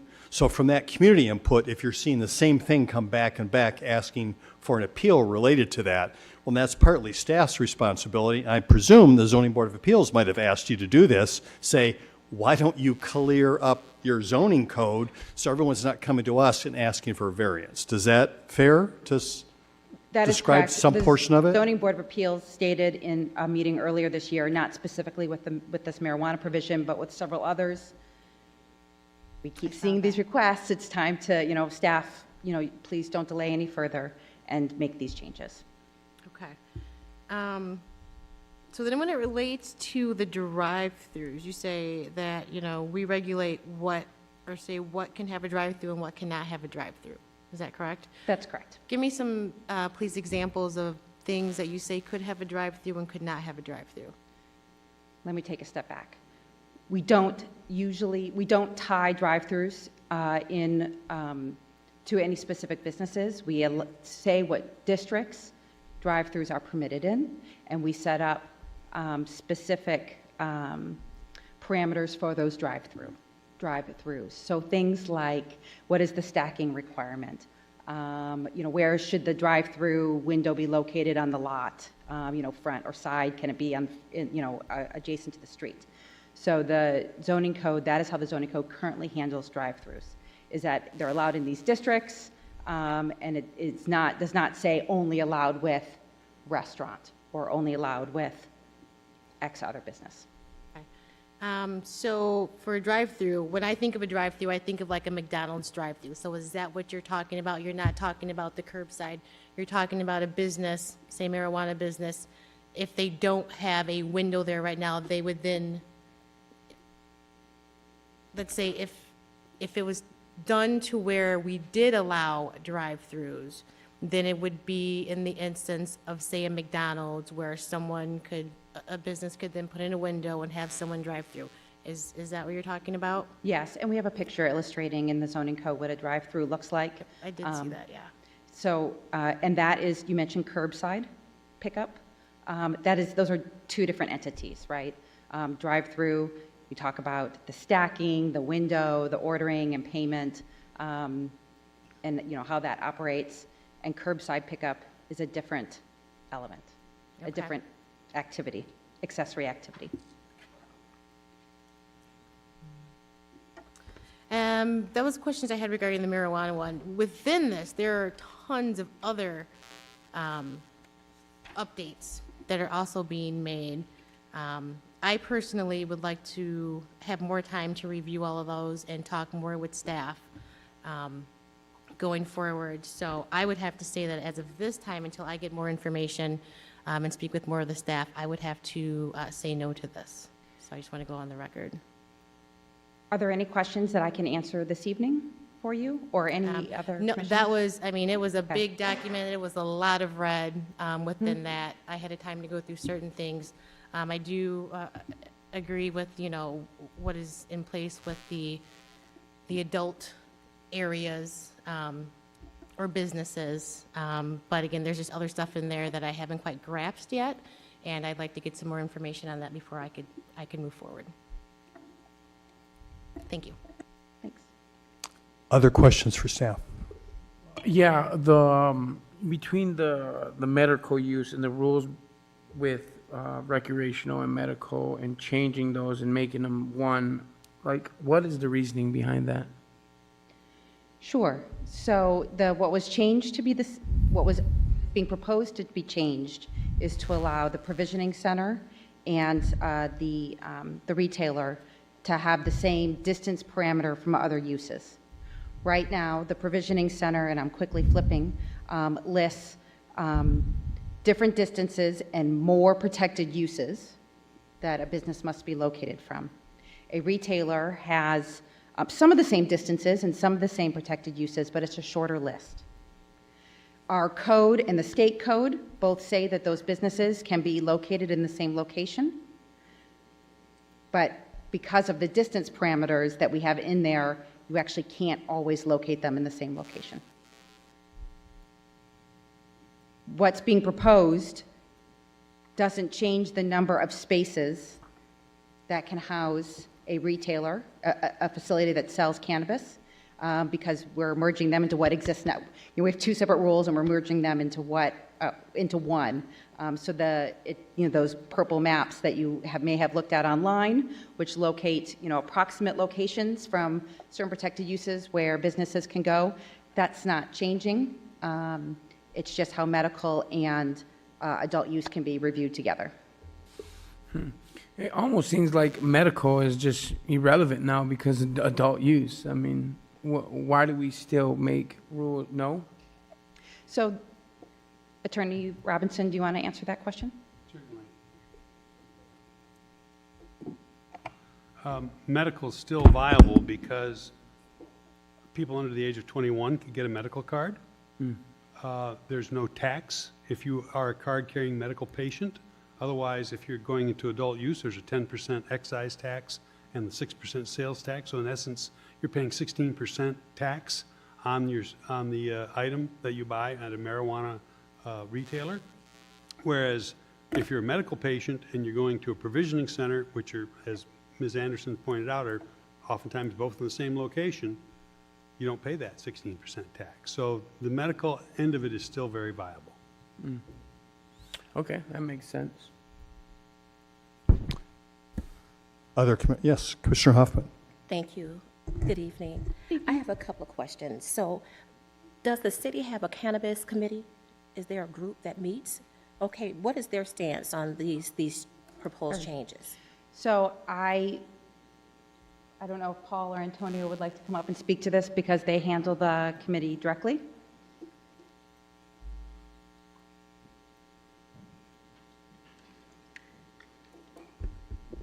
Specifically, hi, PJ Thuringer. Specifically, we did share with them. It was mainly talking about the aligning of the adult use and medical in the distances is what was our main concern. I guess, can you maybe expound a little bit on your question of what is, they realize that it is mainly being driven by the zoning ordinance, and in order to have it so it's easier for staff and the community to find out where they can put a licensed operation is mainly what it is.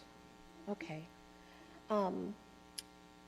Also, I don't see a lot of language going into the social equity piece of this, and my concern is that I'm sure we may have a BIPOC business owner that's doing cannabis, maybe, I'm not for sure. How are we going to address those things? Because I don't hear a lot about that, and like Commissioner Decker said, we had a huge packet this week, and there was a lot of red. And for me being new, I don't want to speak for the newer commissioners, but for myself, this was not enough time to really go in and make a decision without having the history. And so I just wanted to put that on the floor. And also, we can do much more, we can do much better with including the BIPOC community in the cannabis arena. Y'all was just trying to get me up here, I understand. Mayor, Commissioners, the answer to the BIPOC question is being looked at by staff to assist with the dollars we're getting back from the state, is to redirect those hopefully into like a cannabis chamber. We're looking into that process to hire staff to hopefully help put together a plan to hire consultants so we can redirect those dollars to assist in that growth and development of small BIPOC businesses in the community. Right now, currently, the city does not have an initiative in that area, and that's what we'll be developing hopefully between this year and next year. That's the mission. Now, in the case of this, what you're looking at, though, this is just a zoning component that's being changed. The implementation of what we do with dollars that we're getting back and how we're going to reinvest those into the community is something that's coming forth. Thank you for that.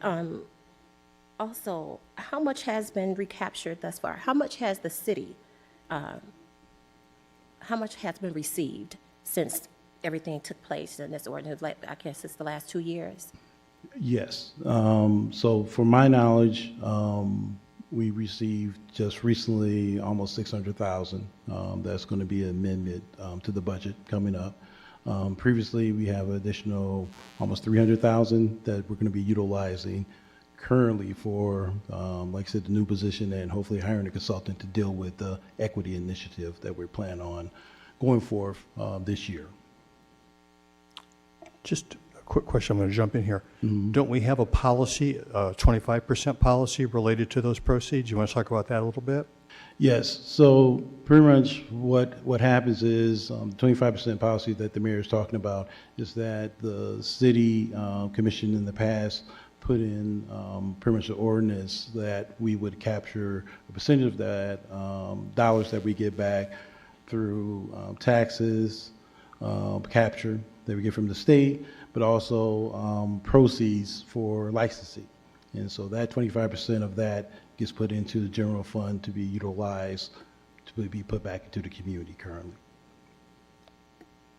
Thank you.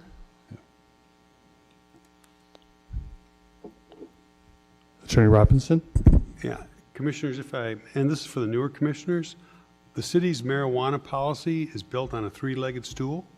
There are three components. The first is the zoning ordinance, which you're being asked to approve an amendment to this evening so as to bring uniformity in the way that we treat both medical and recreational businesses. The second piece is the licensing ordinance. Changes are, I'm in the process of drafting those changes, and hopefully they'll come to you at the next meeting or the meeting after that. So it's either the first or second meeting in June. That's the second leg. And the third, Chapter 20? That's Chapter 20B. And the third leg is your social equity policy. That's adopted by the commission. That's followed again by staff. There is already a change, or is a change in the zoning ordinance, or not, shouldn't change, this was in there when we were able to address social equity, that actually if you are a qualified social equity individual, you get reduced distances from other businesses. So if you're a non-social equity applicant, you've got to, I think roughly you have to stay 1,000 feet from another marijuana business. But if you're social equity, that's reduced to 500. So we're using that opportunity for infill. The problem is twofold. Number one, and I appreciate where Commissioner Hoffman's coming from BIPOC, you can't identify people as saying, well, we're going to give a preference to black or people of color. That violates the 14th Amendment of the U.S. Constitution. What we can say is that we can say that those individuals who have been disproportionately affected by marijuana enforcement, which historically has been people of color, are going to be the ones that are governed by the social equity policy.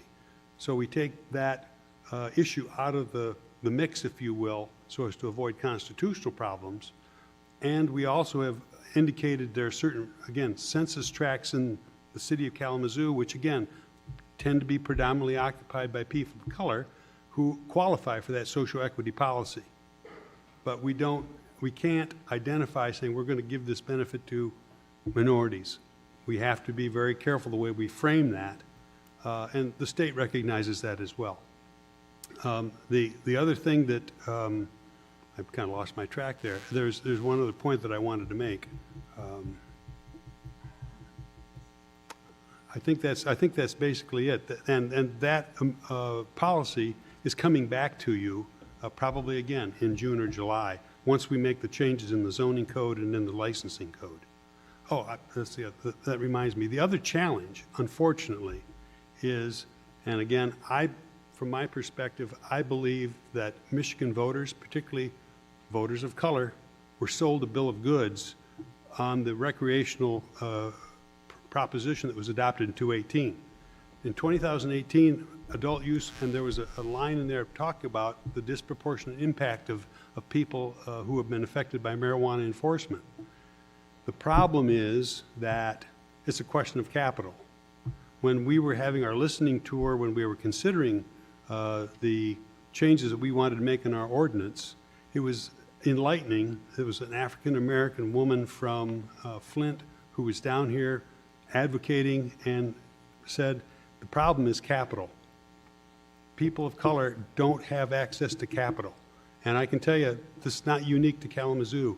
In the state of Michigan, there are very few people of color who have a business, and what we're attempting to do is seeing what we can do through the initiative that Mr. Mitchell outlined, is to give local people that opportunity to get their foot in the door. One of the things that was most recently changed is, and this is the so-called micro business was going to be the avenue. Well, that you were limited to growing only 150 plants, and you had to do processing, sales, and grow in one operation. Well, and I can tell you, based upon what I've been told by the people in the industry, that takes a lot of capital in order to get a grow facility, a processing. So now there is a new classification that was recently approved by the state that we will be working into our licensing process, was what they call a Class A microbusiness. You only have to grow 150 plants. You don't have to have a processing operation. You can permit that to be done by somebody else, and then you can do retail. So that's going to hopefully create another opportunity, and we're going to take advantage of that. And again, that's going to be worked into our new licensing ordinance that, again, I hope to have before you in June. So I wanted to give you some of that background so you know that staff is working on it. We understand the challenges, but it's not an easy thing to necessarily get to, because we quite frankly want to see the same thing as you do in terms of getting local people who have been disproportionately impacted by marijuana enforcement in the past an opportunity to get a leg up and involved in this industry. Other questions for staff? Yeah.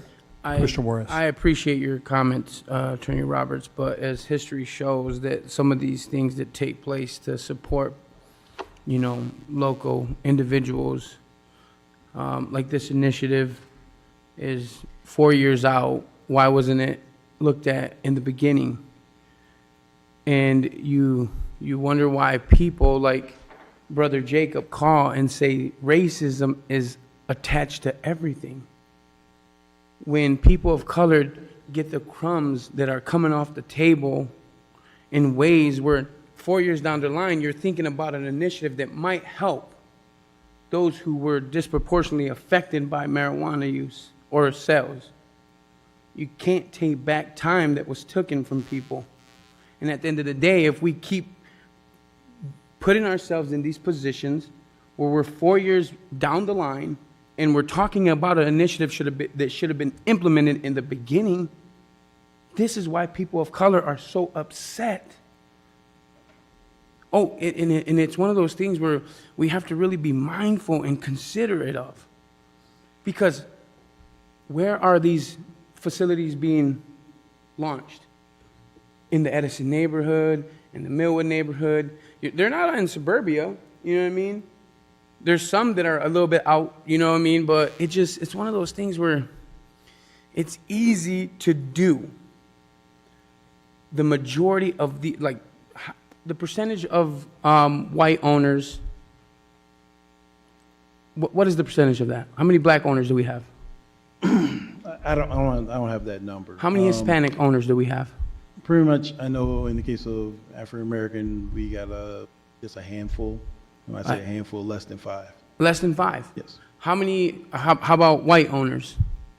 That's majority, pretty much. Yeah. So again, we look at something that was passed, right? Bill of goods that was sold to of people that doesn't make sense that we're talking about this 4 years down the line. This is the systemic racism that people of color talk about. And if we don't start actually thinking about that and taking action in the beginning of things that are happening to benefit people who were disproportionately affected, we're part of this vicious cycle. And it's heartbreaking. It's heartbreaking that people of color or people who are disproportionately thought about afterwards, 4 years down the line, why people made millions and millions of dollars hands over fist. It just doesn't make sense. And this is continual perpetuating hurt to those who are disproportionately affected by it. My dad was in prison for marijuana sales. He can't get that time back. But then now we got the majority of white owners selling marijuana up the wazoo, $50 an ounce at times, just to draw people in. It makes no sense. So I appreciate the people who say we need transparency. I appreciate the people who say we need accountability. I appreciate when people hold our feet to the fire to do something different. And for me, it's very concerning that this is an afterthought. Very concerning.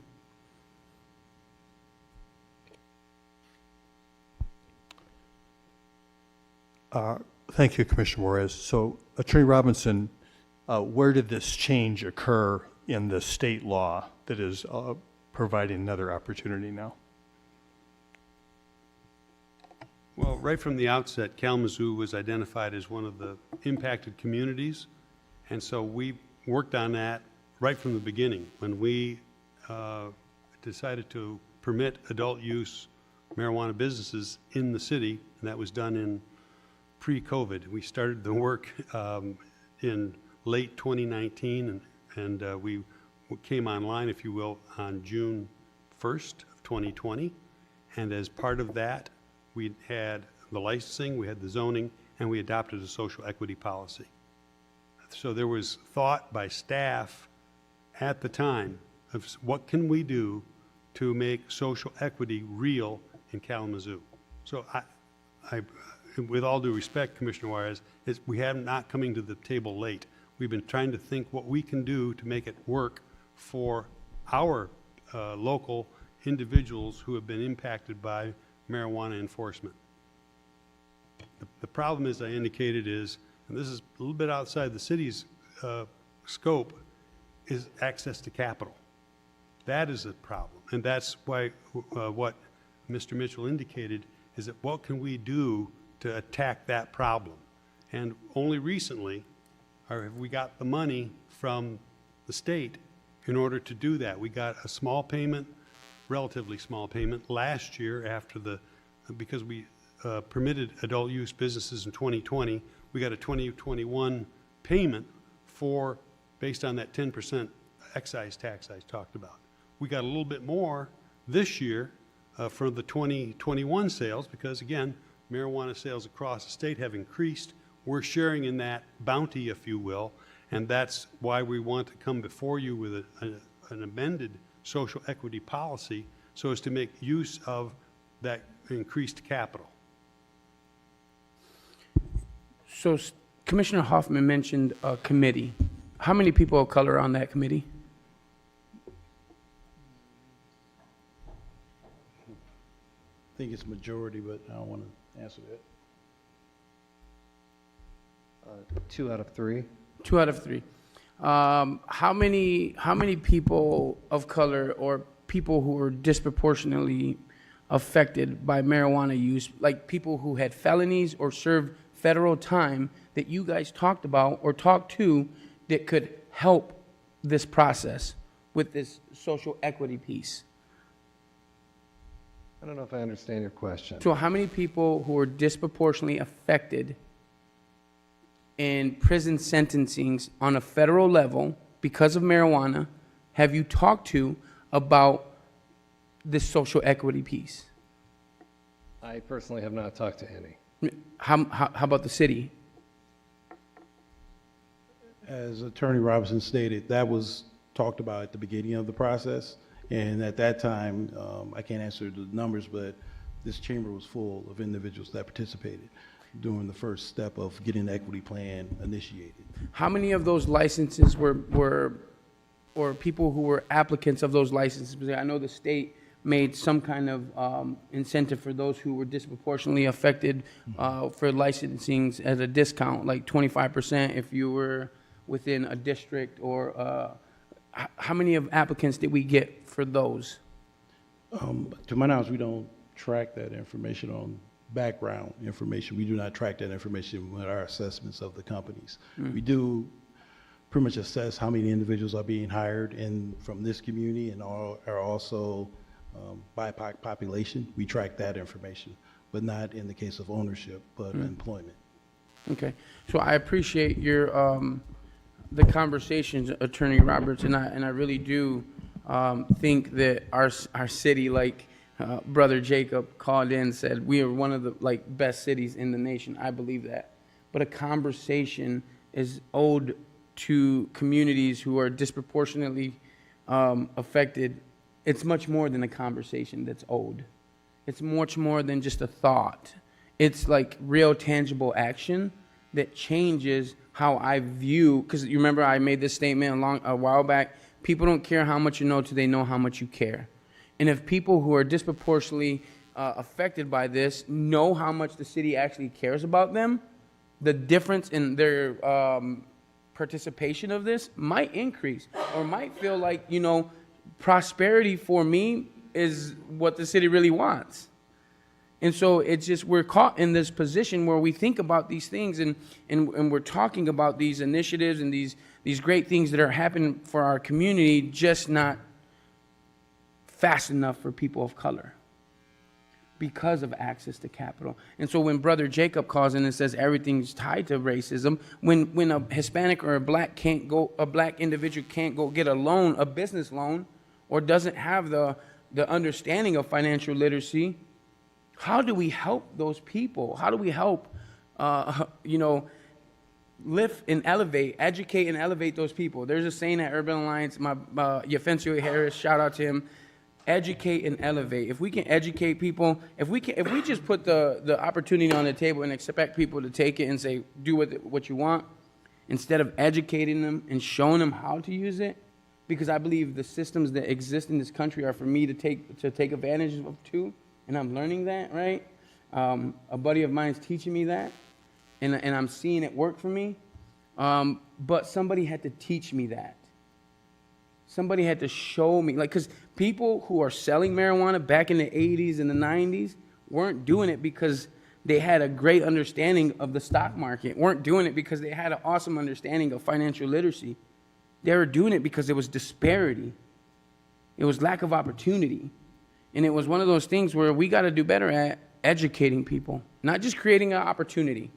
Les Brown, motivational speaker, says, I'd rather be prepared for the opportunity when it comes, I can kill it, than when the opportunity comes and I don't know what the hell to do with it.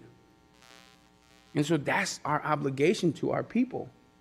And so I just hope that would be the very narrative that we're moving into the future, saying we're educating people. We're not just giving people opportunities, we're educating them and giving them resources to be successful. Thanks, Commissioner Juarez. Manager Ritzma. Yeah, just wanted to maybe propose an alternative here to discussing this with realizing that commissioners didn't have time to review all of the information, and that idea is to hold a committee of the whole meeting on this topic and take some time to really go through this. I would appreciate any questions in advance so staff are prepared to answer questions in discussion, and then we can proceed accordingly. That sounds like a reasonable suggestion. So just back to the team, maybe Attorney Robinson. So various components. A lot of the discussion tonight has obviously been, we're looking at a detail of cleaning up a zoning ordinance, and that's what we're talking about for action tonight, right? But obviously that's opened up a door for a much broader conversation, which is going to be addressed not only maybe to some extent in licensing, but probably more fully in our social equity policy, which is coming to us. So, Manager Ritzmar, are you thinking about connecting all those issues in a committee of the whole? Yeah, I think everything's going to be coming forward, so it makes sense to do it all at once. Yeah, Planner Anderson. I just wondered if I could clarify for the committee of the whole, is this going to be marijuana focused, or is this marijuana focused and the zoning, other zoning edits that aren't marijuana associated? Just so we can be prepared. It's a good question. Thoughts, commissioners? I think Yeah. Commissioner Prado had a comment before we can answer that question. Okay, just want to close that loop here just a second here. So, I think it would be intentional to connect the dots.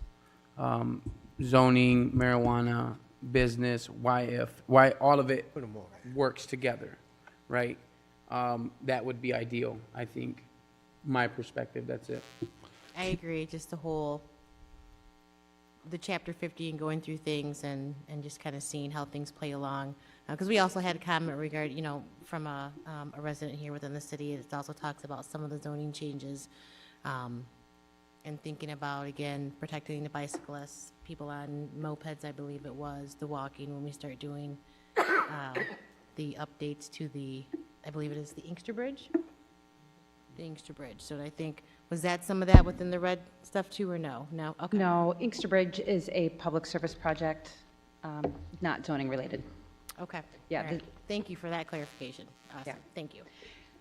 so I will suggest is that there is going to be certainly a zoning component that is tied to this topic, but there is a vast amount of zoning discussion which is not part and parcel of the discussion about marijuana. So, I mean, there are overlapping pieces, but to some extent, those are very, very different conversations about different functions. So I don't know if we want to try to do both those things at the same time, because I can see that easily, the topic we've most discussed in this conversation, although there are some issues about zoning, is related to, marijuana and that business. So. And you're right. I think if we focus on the marijuana component, because there's a lot of discussion around how this was put together, and we really need to revisit that history and really get on a solid footing, so you all know what you're doing, taking action on. So I would suggest the marijuana component be a topic of a committee of the whole, and we'll get it on the schedule. Great. So there are 12 other minor zoning edits in front of Yeah. you. How would you like to handle those? Is that something you'd like me to walk you through tonight and answer any questions? I think I'm just going to propose something. The sense of it, is just some details. I want to be clear about some of those details. Obviously, zoning is one of those topics that, it's not something everybody thinks about in their everyday life. So here we are, a few months into our terms for some folks and a year and a half for some other folks. So maybe could we put that off to our next business meeting and then have an opportunity to have some more questions answered specific to the zoning piece? Does that seem like that makes sense? Sure, I would just ask City Attorney Robinson just to kind of confirm, because they came together as one package, all under one ordinance, how we handled the splitting off, the tabling of some to the 6th, or adjourning some to the 6th, and the rest to a date to be determined. That's problematic, because it came as one piece of legislation, and to tease out one portion of it is going to be a substantial change in that ordinance. And if you do that, you're going to end up throwing the whole thing over until the first meeting in June anyway. Well, that's what we're talking about doing. Well, but my advice would be adopt the changes tonight. These were presented 2 weeks ago in that packet. They came to you again in tonight's packet. So the opportunity was there, and there's more than just the marijuana piece. And quite frankly, the zone, you're not gonna do anything in regard to some of the concerns raised by commissioners on the zoning side. Zoning is, if you will, doesn't care about that. It's just a question of where are you gonna put this use, where in the city? And to that end, we've used a dispersal model right from the outset in terms of where marijuana businesses should be located. Right, We've right. attempted- Attorney Robinson, I just don't want to go down that rabbit hole right now. I'm sorry, but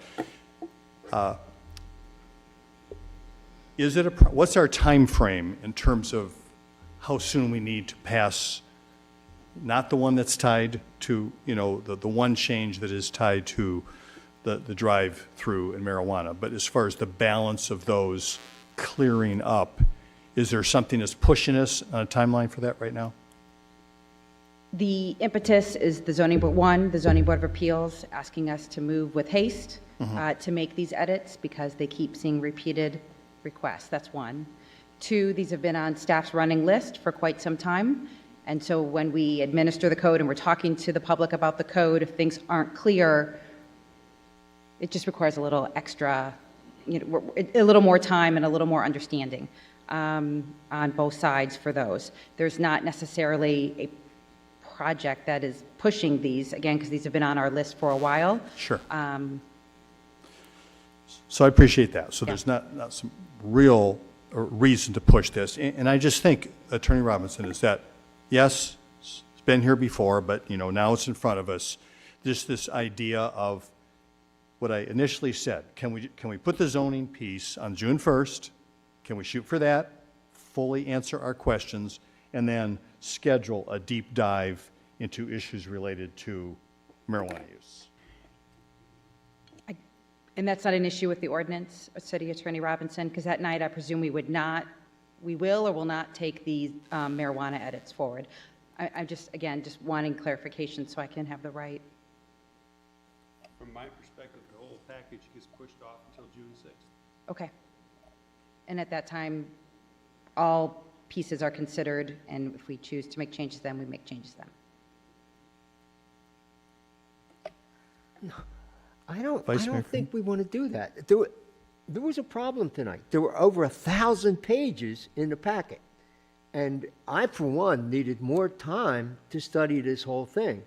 And I think what I'm hearing people say is they want to reconsider all the ideas in that zoning thing that you brought forth, and then we want to consider separately the thing about marijuana. And it would seem to me that one way we could do that would just kill this thing tonight and then take the whole thing up at a different time.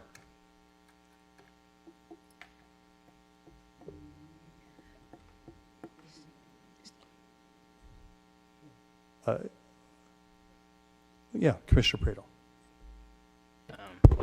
I was going to mention something that's been really helpful, and I got a little bit of a cheat beforehand because I'm the liaison to the Planning Commission. But City Planner Anderson did a phenomenal precursor presentation maybe in March. And then I think the final presentation, which was the cliff notes of this Chapter 50 omnibus package, if you will, of everything that's coming before us, which was incredibly helpful. And so, even though the Planning Commission unanimously passed this forward and recommended our approval of this omnibus package, I would definitely encourage, if you get a chance, those are recorded meetings. I think both of them got recorded. I know there was some technical issues or whatever, but I would definitely encourage that. But I'd say, just observing for me, I think one missing component, especially as many new people as we have up here as well, is just that I think that was such a great presentation, to get that precursor and then that final presentation. And the Planning Commission got it, so that can give them the confidence. And those folks are just, they're whizzes at this stuff. They really know their stuff, and they just eat this up. But I think that would be really helpful, even if it were to be 2 commissioners at a time presentation, or, if it's a committee of the whole meeting. But in the meantime, if you get a chance to watch those, they're recorded on the YouTube page, and it wasn't a super long meeting because there wasn't a ton of business, so it's well worth the time if you get a chance to check those out. I will say, for me personally, even if I felt ready myself, if there were any commissioners up here who had any reservations and wanted more time, I feel a strong desire to respect that and make sure that we make sure everybody feels comfortable before we move on something that's as important and has this many moving parts as this Chapter 50. So that's all I was going to share. So, Planner Anderson, yes. Would you like a presentation on these items like I did in front of Plan Commission at the next meeting? I think I'm seeing an affirmation around that. Is there more discussion? Does that seem like it'll be helpful? Does that seem? I think With that's our good, time and I appreciate what Commissioner Prado said too, is also pulling us aside 2 by 2, just to go more in depth too. So thank you for bringing that up and making that suggestion. The other thing, I mean, if it's something to do with planning commission, and could we use like what is being talked about at planning commission and then create a committee of the whole meeting so that we're presented with that information, so we're not up here having to have discussions along, huh? Yeah, I mean, I'm just saying, the packet was very long, and it was a lot. So I'm just saying, if it's that important, we should set aside that time to make sure that we're bridging the gap between commission and planning committee. Because we don't want to make the planning or zoning committee, you know, feel oscillated or feel like all the work they're doing is not being seen. It's just a issue of bridging the gap. If I may, Commissioner Prado mentioned how we operate at Plan Commission. So Plan Commission, there are multiple touches whenever I bring zoning forward. There were just 2 because this was a relatively small package of stuff. When we do bigger packages, we try and do 3 touches at least, the beginning of the outreach, mid-outreach, before the public meeting, and then the public meeting itself to kind of make sure everyone is on the same page and brought along and has the opportunity to ask questions. Because any changes to the zoning code are ordinances, there's a first reading, and, it was on, well, it didn't stay on consent, but there wasn't a full presentation at the last meeting. I was actually out of town. I could, we could plan future zoning ordinances when they come in to have them as a full presentation rather than consent, to allow you to hear the same presentation that was given to Plan Commission in advance of this meeting. Just another option. I know Committee of the Whole schedules get very busy, so there are 2 touches with every ordinance, so it's just another opportunity. Seems like a good idea to me. Commissioner Prado. Yeah, I was going to mention as well, I mean, one thing I really appreciate about this commission is the willingness to speak up, right? Because, people weren't willing to just rubber stamp something that was too much to digest in one packet. And so I think that's a really positive thing, that we're willing to recognize that and, re-examine it to make sure we feel super confident about whatever we're doing. And I think one thing that's also kind of unique about this omnibus package is instead of it being like a specific issue, it was so many scatter plot issues all over the place. And so, it is a lot to digest. So I do really appreciate that about colleagues for just pumping the brakes for a second and saying, hey, let's learn from this. Let's, try to make sure that we all feel, 100% confident before we pull full steam ahead with something. But I really apologize because I know how much I bugged you and City Attorney Robinson just in the last 24 hours. So it's a lot of work, and I know how much work you put into it. So I don't think it's meant to frustrate or diminish all that great work that you all have put into this. But, you have a commission that just doesn't want to rubber stamp things, and I hope you can appreciate that and value that. So that's all. Thank you very much, Commissioner Prado. Any more questions, thoughts for staff? Any more clarification that you feel that you need? Okay. Oh, yes. Okay. Yes, sir. Just for Deputy Director. clarification, which cow meeting are we trying to have the marijuana discussion? We'll have to get back on that. We do have a busy cow Yes, we do. schedule coming up. So again, it doesn't sound like there's a real urgency to it, but Okay. we'll fit it in and then bring it forward after the cow. So second clarification, as Attorney Robinson brought up, we were trying to bring another part of the 3-legged stool in front of the commission in June. Should we push that off until we have the cow meeting? Because the conversation is still tied to marijuana. Yeah, I think the idea is to bring that all forward into one cow and then go from there. if Okay, that's okay with the city attorney. okay. Thank you.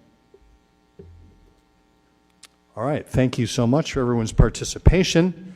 Seeing no more questions, now is the opportunity for public comments on this item. Speakers will have 3 minutes. Please come to the podium and let us know whether you live in the city. Thank you. Jeff Messer, city resident. So I really appreciate the conversation that the commission had tonight, your pointed, direct, probing questions. I really appreciate it that you're taking the laws that govern our community seriously, and I'm totally in favor of you delaying actions. Yeah, tonight's commission packet was like 1,024 pages, man. So I'm glad that I got you thinking about this last week. And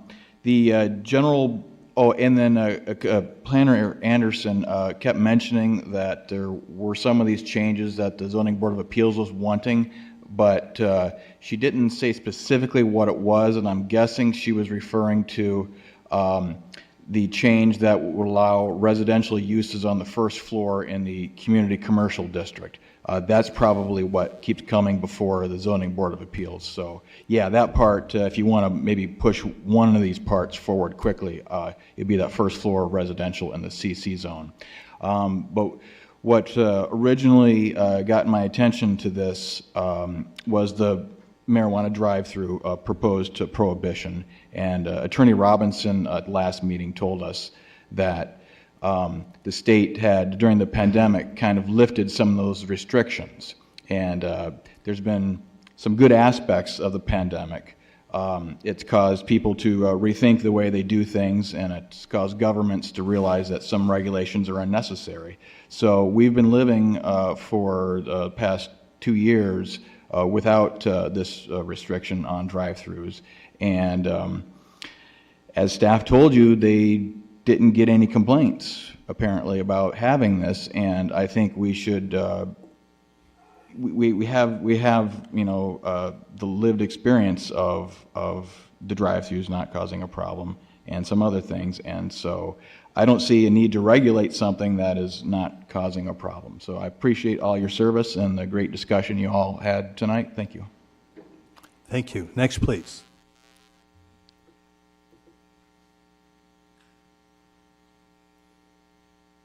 I have a few questions about the zoning thing. I've been up against the zoning board 4 times for the same reason. They've tried to destroy the green space next to my house, which I live in a floodplain, and it's the last one left. So Lisa Wilcott has went up against the zoning board 4 times now, I believe, and has been denied her request to put CC in the bottom. You already found out that you can't build on the old DHS building because the ground is contaminated and it is in a floodplain. So is the green space next to me. And I just wonder, is this a sneaky way of trying to skip the zoning board, who has denied that request 3 times now, and just put it in so she can build in a floodplain? I have no problem with building anywhere, but in a floodplain, when we already have sewers that back up and we get trapped, I just wish when you guys put your agenda online that you would just say where you're talking about.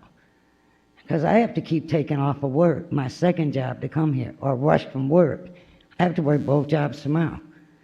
So I'll be at work from 6:30 in the morning till 8 o'clock at night. But I have to keep taking time off because I don't know what you guys are talking about. And I'm sorry, but I've been done dirty so wrong by city boards, and this has happened since 2017, that I don't trust what you're doing if you don't tell me what you're doing or talk to me. No one talks to us in our neighborhood. So I just have a feeling that you're doing your zoning thing to skip the zoning board because it was denied 3 times in my neighborhood. Thank you. Thank you very much. Anyone else who wants to make a comment?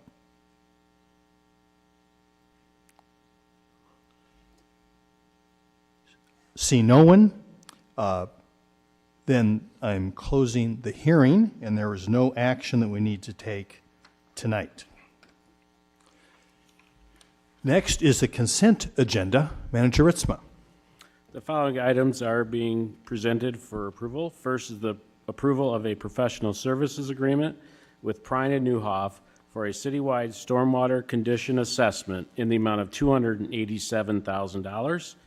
Next is the approval of a contract extension with Consumers Concrete Corporation for ready-mix concrete in the amount of $463,150. Next is the adoption of a resolution adopting a project plan for wastewater system improvements and designating James J. Baker, P.E., as the authorized project representative.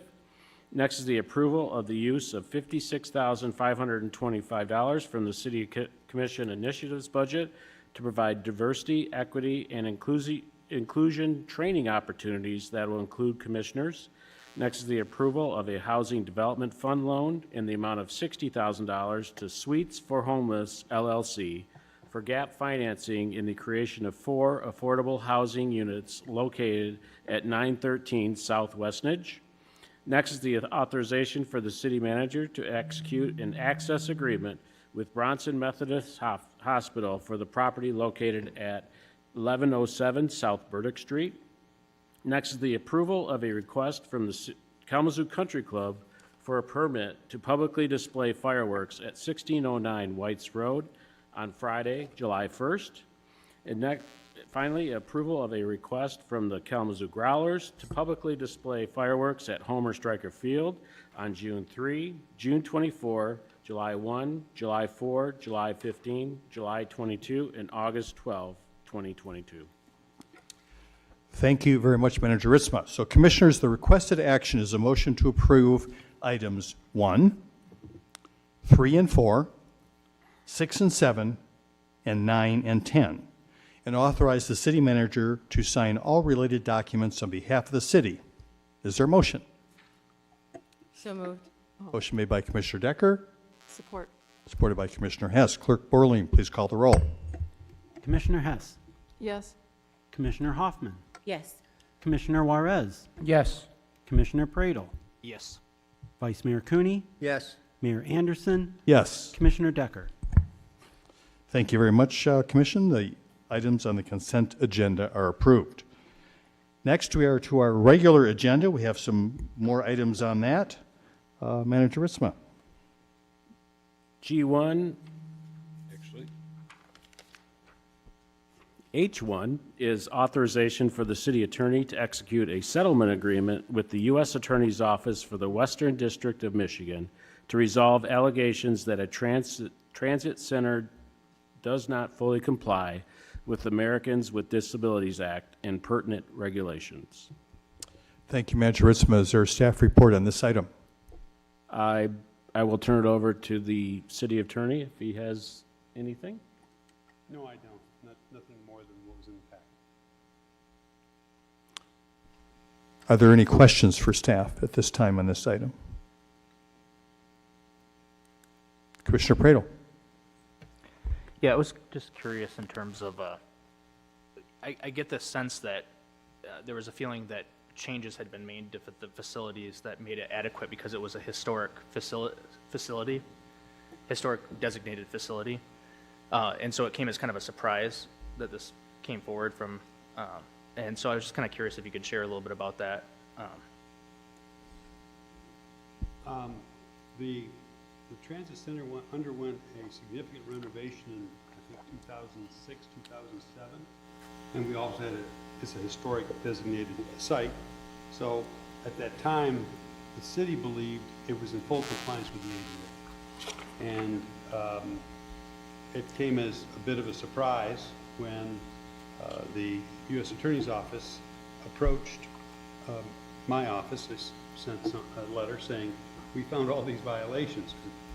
What we did is Deputy City Manager Chamberlain, Mr. McBride who represents the CCTA, Dorla Bonner, and one individual whose name escapes me, the facilities guy at CCTA. Rob Branch, thank you. We met and we said, wait a minute, this doesn't seem right. We decided to contract with Tower Pinkster to look at what the U.S. Attorney's Office said we were in violation, and they did a thorough review, and in fact, based upon that review, we went back to the U.S. Attorney's Office and said, we don't think these issues really are in violation, and they scaled back on some of that. So we went through a give and take. We knew it was better to work with U.S. attorneys rather than to fight it. And again, I don't have any proof, but it is, there's no such thing as a coincidence. The fact that the Amtrak has a lot of stations across the United States, and they entered into a settlement agreement with the U.S. Attorney's Office regarding ADA accessibility, and then the U.S. Attorney's Office nationally said, we're going to look at all the stations because Amtrak doesn't own all the stations. So we're going to make sure all of the stations are in compliance. And so there were several other stations in Michigan that went under similar review. Now, I don't know what results were in all of those communities, but we got ours, and so like I said, we went into I don't want to say negotiation so much, but there was a give and take in terms of we don't think we violated here, and they said, well, what about this? And some things we said, okay, it's not a big deal to fight. And basically, we're looking at some signage, we're looking at making improvements in the restrooms, and then the access to the building, the sidewalks and the crosswalks going onto that site are going to be improved. We have 3 years to make those improvements, so we don't have to do it overnight. And I think that it is a doable thing to get it done, and it'll make the facility ADA compliant. Thank you, Attorney Robinson. Any other questions for staff at this time? Right. Seeing none, is there anyone in the audience that would like to comment on this item? It's item H1. Please come to the podium, state your name, and whether you live in the city. You'll have 3 minutes.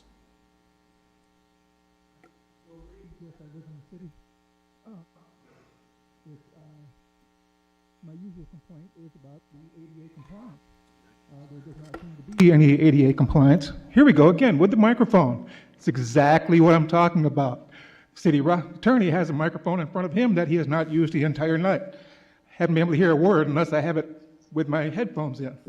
Not one word. Multiple times I've got to do this. Every single time I come to the meeting, I've got to do this. This has not been a 1 month, 2 month, 3 month, 4 months. It's been multiple years I've complained about this. Most of you have heard me complain about it. I don't want to have to call and do a whole ADA complaint because we can't hear about it. One speaker in this room. I know multiple DJs. Esto knows multiple DJs. I'm sure half of you know a lot of DJs that could come in here and within 6 hours have the place hooked up with surround sound and lights. So it shouldn't be that complicated. Let's figure it out for a change. Otherwise, we can have another ADA complaint. Thank you. Any other comments on this item?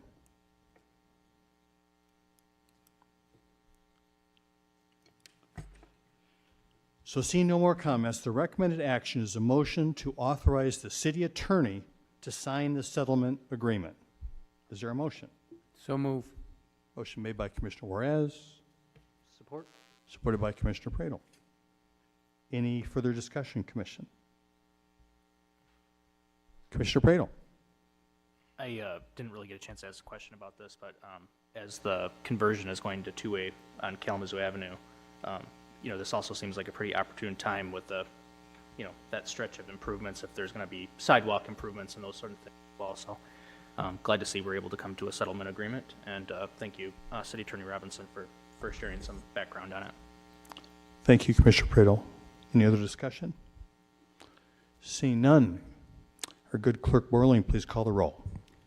Commissioner Hoffman, Yes. Commissioner Juarez, Yes. Commissioner Praedel, Yes. Vice Mayor Cooney, Mayor Anderson, Yes. Commissioner Decker, Yes. Commissioner Hess. Yes. Thank you, Commissioners. Item H1 is approved. Manager Ritzma. Item G2 is approval of a professional service agreement with Whiteman and Associates for the design of Kalamazoo Avenue two-way conversion in the amount of $955,035. Thank you very much, Manager Ritzma. I'm presuming you were not planning a presentation, but is there staff here that will be able to answer questions if necessary? Yes, we have our traffic engineer, Anthony Ladd, and our city planner, Christina Anderson. Thank you so much. Commissioners, are there questions on this item? Commissioner Hoffman. Thank you. So in looking at our packet, when I saw G2, my eyes just kind of like bucked because I'm looking and I'm saying it's costing almost $1 million to do a design, and that's just to design it. And so I guess my question is this: were there multiple bids that came in, and this was the most economical? How did we end up with this? Because when I think about all the needs that our community has, I was blown away by this almost $1 million for a design.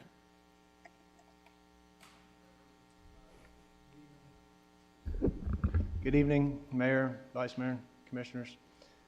Anthony Ladd, Public Works Division Manager.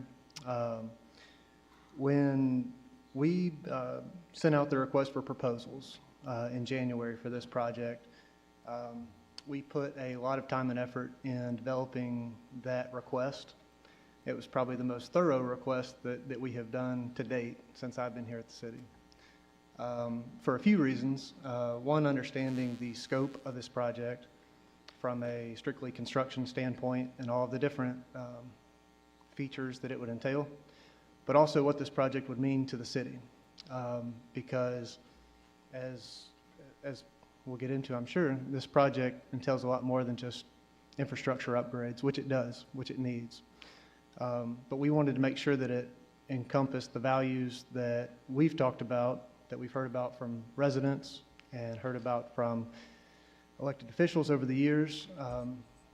Building this project was years in the making, as we reference in the memo. To answer your question directly, this was sent out to I think 6 different firms that are on our pre-approved consultants list for this work. And we received 4 responses, packages to review. They were reviewed thoroughly by our team. 2 of those consultants were called back for a follow-up to present their proposal to staff, to the team. They were given about an hour each to have presentation and Q&A, and then at that time we selected the consultant who best embodied the spirit of this project and felt that fully understood the scope that would go into it. Thank you. Other questions? Commissioner Pradel. Yeah, to just kind of take a next step to your question, Commissioner Hoffman, as well. Can you describe what's so unique about the complexity of this particular design project that warrants it to be almost, $1 million? Can you speak to some of the design elements that are going to make this just amazing and exciting? I mean, this is 50 years in the making here. This is 50 plus years in the making that we've been driving this, two-way traffic coming, and Right. considering, multi-use of transportation and mobility in our walkways and our roads and all that sort of thing. So can you talk about, why this is like a game changer, big deal? Sure, absolutely. This project addresses many things. One being the critical state of the infrastructure itself in the right-of-way, from your road to your stormwater, your traffic signals, sidewalk, pedestrian access, as well as your water main on Kalamazoo Avenue.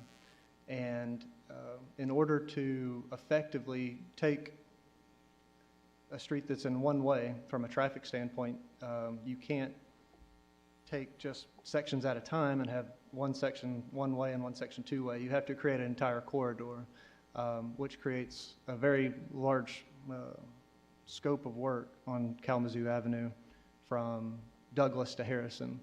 So when you go from two-way or one-way construction to two-way travel, you have to reconfigure a lot of your traffic signals to make sure they're oriented for two-way travel. You are including pedestrian upgrades at each of those intersections in addition to potential mid-block crossings.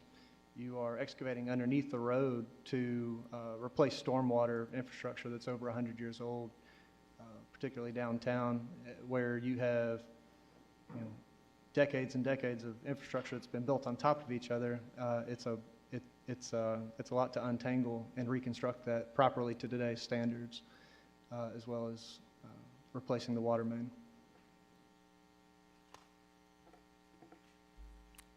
Commissioner Decker. Thank you, Mayor. Thank you, Mr. Ladd. So where would the first, just so the public also knows too, once this is done and we're able to see, how Whitman and Associates is going to design this, where would be the first streets that would be affected? And what other streets would be affected that you plan on doing? Sure. So Kalamazoo Avenue will be the first of the trunk lines that we've since taken over in 2019 that were previous state trunk lines and now belong as part of the city's jurisdiction. Kalamazoo Avenue would be the first one of those. Following Michigan Avenue would be the second, immediately following that. The reason for that is because Kalamazoo Avenue and Michigan Avenue currently work in configuration with each other as one-way streets going in opposite directions. So when you change Kalamazoo Avenue to two-way traffic, which it will handle a larger capacity than Michigan Avenue does, or will. Next, following that will be Michigan Avenue, which will be a similar length of project, but probably more in depth just because you have a wider pavement width and more changes to be made there. As those two go from a one-way travel direction to two-way, you begin to establish more of a traditional city grid where you have drivers are familiar with a city grid network and are able to navigate to their destination knowing that they are 2 blocks down and 2 blocks over. They would not have to go one way here and then up another. Okay. So what do you think this is going to do so switching to the two-way streets, how do you think that's going to affect the businesses that are there? Do you see businesses being affected? I'm assuming that we've talked to them and they're all for this, most of them. And also, how does that correlate to new businesses that may want to build on, say, Michigan Avenue or Kalamazoo and do things like that? Do we have any thoughts? Are there any, possible businesses that are looking to build in this area? Yeah. Sure. So when the master plan was done, we commissioned a market study for downtown Kalamazoo, and it talked about, it reviewed, how the downtown was currently functioning and its potential, and it noted several key barriers. The top two being the one-way street system, and business owners were interviewed for the study and reported over and over again, the difficulties that their clients would have in accessing their business, concerns about losing customers, and other concerns that they had in terms of where employees, how everybody moved in downtown. The second item that was the barrier was parking. The plan is over the next 2 or 3 years that we'll be able to start to manage both of those, to remove those two first big barriers for achieving the full economic potential of downtown Kalamazoo. We have recommissioned a market study to have in our hands so we can apply for grants to cover construction and work, and it's important to show the economic benefit of that work, and we'll have that. We're having a presentation from the market study firm tomorrow in-house to hear the results. The draft results is that it's going to have a big impact. It's going to both impact in terms of dollars that the downtown creates for the city, as well as increased amount of new businesses. And that's just kind of like the cliff notes we got from him. And we're going to get the full presentation tomorrow, and as soon as we have the final document, we will certainly be releasing that for everyone to review. So we know that it's not, the economic benefit. Other cities have seen economic benefits for two-way street conversion. And so, having the 2017 study plus now a repeat in 2022 kind of shows how this will have a positive impact on businesses in and around downtown. because as Anthony mentioned, a lot of this work is kind of repairing a grid, so it's not just the downtown that gets the benefit, it's the neighborhoods surrounding it. We know that any construction project has a short-term impact. And you can look around the city right now, there's lots of projects going on. There's no shortage of, grumbles and comments. And that's, construction has an impact, a short-term impact. It just does. But we know that, and we have a couple of years to plan. This project is a 2-year design to kind of align with some federal funding that will be available for construction purposes. And we have a lot of time to make sure that we have the right plan in place to provide communication for the businesses, the right set of marketing. This is a project on a scale that we have not done, presumably since we converted them to one-way.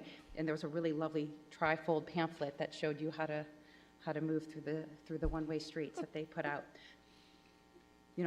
Parking, ramp, detours, updates, all of that is going to have to happen, and we know that, and we're starting to make those plans now, knowing that there's always that short-term, difficulty. We do believe that in the long run, the benefits will be there for the community. Okay. So you say, you're going to talk about the parking. Do you think this is going to eliminate parking, or is it going to bring more parking?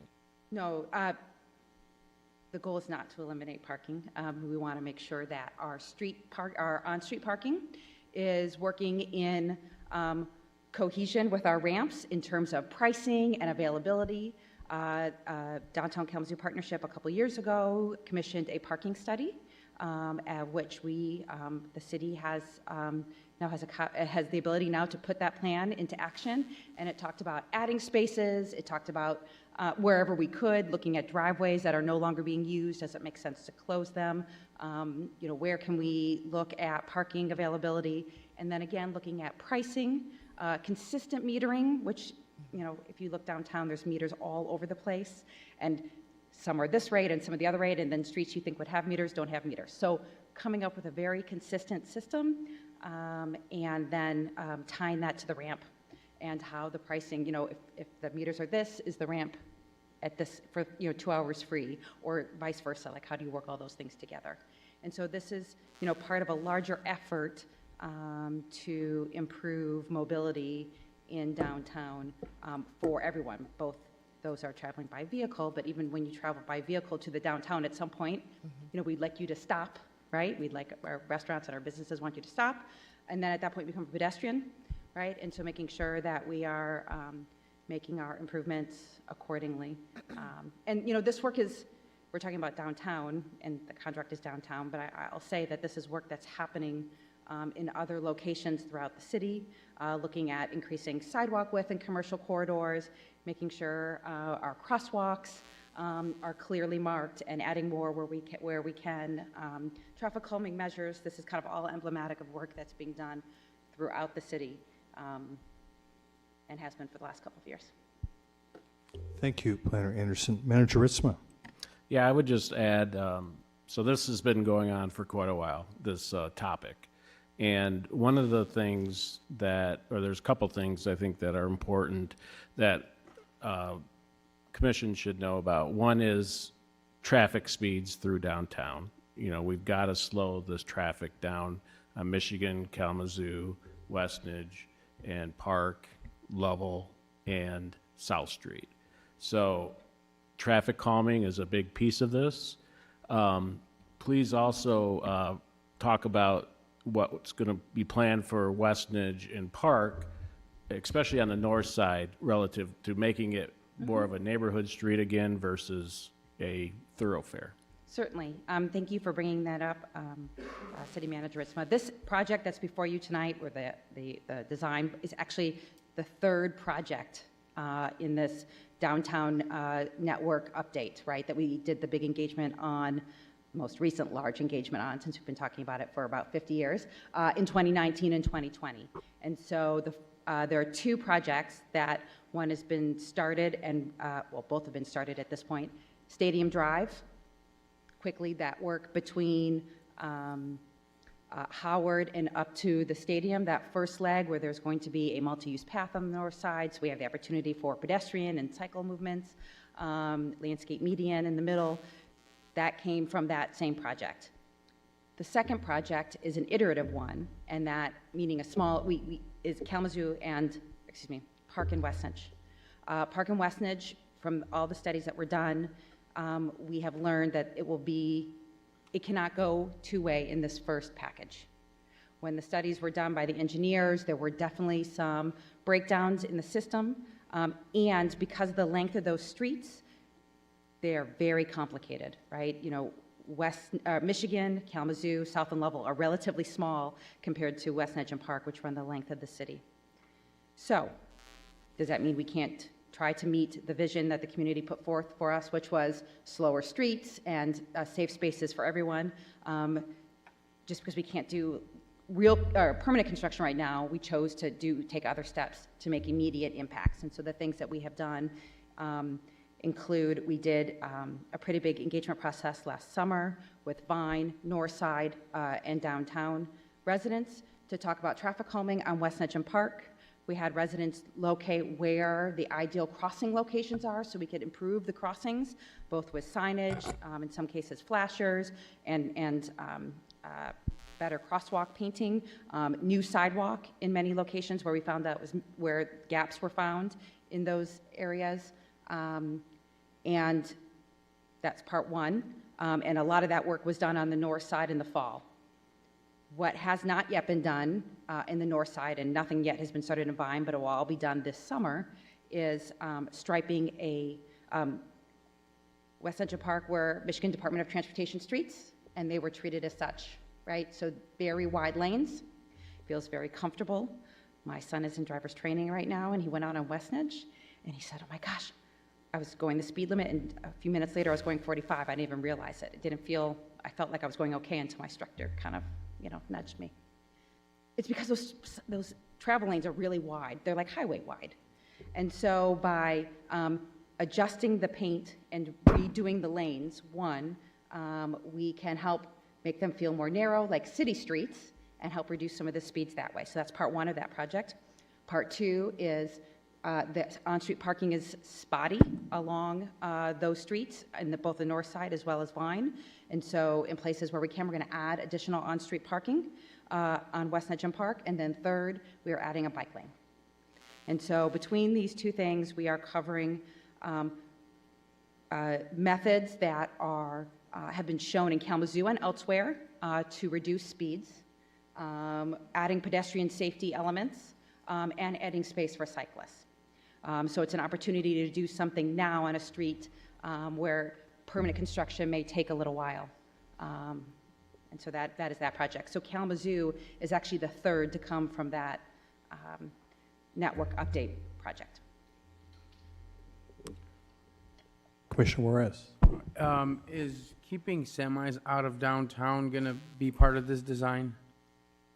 I'm sorry, could you repeat that question? Keeping semis from traveling through downtown, is that going to be part of this design?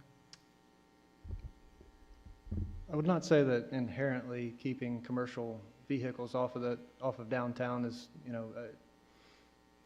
a stated goal. I think one of the things that what we've tried to do through these projects, or any projects when we're looking at a city network, is to establish corridors that are more beneficial to commercial vehicles, those wider turning movements, the wider lanes, and encouraging them to take those routes and have those conversations with businesses as those projects are happening and being designed. One of the tools that we have available as this street network gets introduced and established and built is utilizing our traffic signals throughout the city. We have somewhere over 130 different signalized traffic intersections in the city alone, and relying on traffic detection and smart systems that can be implemented through those corridors. We can actually, encourage commercial vehicles to create commercial corridors that are more beneficial certain times of day, certain routes, things like that. And that's something that we intend to have those conversations to understand those commercial routes. Commissioner, I will also add to that. We know that there's a desire to improve the interchange at 131. And with the interchange, there will also have to be a consideration of the business loop and how that turning movement happens on West Edge to the north to get up to Mazel, where there is quite a bit of industry to the north of the city of Kalamazoo. And so there are other factors at work that are going to be happening that may impact truck traffic as it goes through, downtown Kalamazoo. Thank you, Planet Anderson. Director Baker, did you have some comments? Yes, thank you, Your Honor. I just wanted to thank Planner Anderson and Engineer Ladd for going into some, very detailed components of this design and really the work we're proposing to do. I did want to specifically acknowledge the comments brought up by Commissioner Hoffman and take a step back for a moment. There could be some context and perspective that wasn't stated that could be helpful. One of those items is just the sheer scope of the construction work we're planning to do. We've put some preliminary engineer estimates to it, but we really haven't gone further into the development of what those engineer estimates would be to complete the entire construction of what we're proposing. So we offered the design engineering, which is nearly $1 million, but we have not told you what we expect this total cost to be. At this point, we expect this to be around $30 million of very preliminary pre-COVID-19 engineer estimates. And a lot of that expense is due to really this full depth construction. So we're going into storm sewer, we're going into the water main, as Engineer Ladd talked about, signals and sidewalks and everything all throughout downtown. And so when you look at design engineering, oftentimes design engineering is approximately 10% of total construction. That would put us at $3 million. So $1 million is really, essentially a very economical starting point for this. And it is, in our opinion, in line with the total scope of everything that we're planning to do. I also wanted to provide a little bit some background information, and this work really takes us back all the way to 2013 and before, when we partnered with MDOT to embark upon a planning and environmental linkage study, the PEL study, which ultimately led to a lot of planning downtown and a lot of work to try to calm our traffic in City of Kalamazoo. That planning and environmental linkage study ultimately led to the city's jurisdictional transfer. And this is where, through help of then State Senator Margaret O'Brien and then State Rep Hoadley, we were able to come together with MDOT through a partnership and have City of Kalamazoo take control back over those roadways. None of this would not be possible. We would not be standing in front of you today without that transfer from MDOT. This street, to Commissioner Warren's comment, these streets operated as M43. That's a state trunk line, and they were signed as such and designed and operated that way. So the first step of us taking local control was to commit that jurisdictional transfer. That kind of started everything in place. And I said earlier that Kalamazoo, we're right in the middle of a success story. We've got a lot of work to do to end and complete this success story. Thank you. Thank you, Director Baker, for that additional context. That makes sense to me when I hear 30 million. Okay, now that makes me feel a little bit better, because I'm still learning, right? And I also want to take this opportunity to inform our community of what's going on and not just say, oh, I saw $1 million on there for a design. What does that mean, right? So there's intention behind when I ask a question. You all already know I don't really talk a lot unless I have something really important to myself to say. So thank you for this. That makes me feel a lot more confident in what's going on, knowing that. And I also feel that we are setting the city up for something really, really huge. Like, there's a big boom that's going to happen in the next few years, and that has not been disclosed to us yet. I just feel like there's something huge coming with all this road work happening. So I just wanted to put that out there. Any other questions for staff? Yeah, Vice Mayor Cooney. Well, this is very exciting. It sounds wonderful, and I'm really impressed with all the thoughtfulness that has gone into this. But we heard earlier tonight about the north side and people living in low-income, we know in low-income communities that lack basic kind of stuff. And there's so much thought going into this. I would like to see a lot more thought going into how we could make these low-income communities places where people could thrive and where we don't have a census tract where people are living 14 years less than people in other census tracts in this county. So, and I know this is going to cost a lot of money, but I'm told that we can get grants and we'll be able to do that. That's great. I don't want to see money diverted from the neighborhoods that really need it the most to go into this project. And when I hear there's going to be a lot of money made, I want to know for whom. I just want to put those thoughts out there. Other questions, comments on this item? Commissioner Prado. I think one of the things that has got me particularly really excited about envisioning this whole network coming to life in our downtown is when you think about the Imagine Kalamazoo plan in an interconnected city.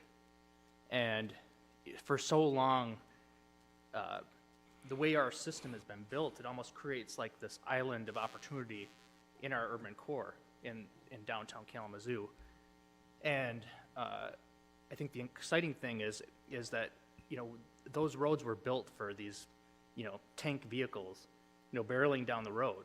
This plan is meant to build a city for people and, you know, mobility and interconnectedness, bridging the gap between, you know, West Michigan Avenue and Kalamazoo Avenue, and not making it so that neighborhoods feel like people are just driving through their neighborhood, you know?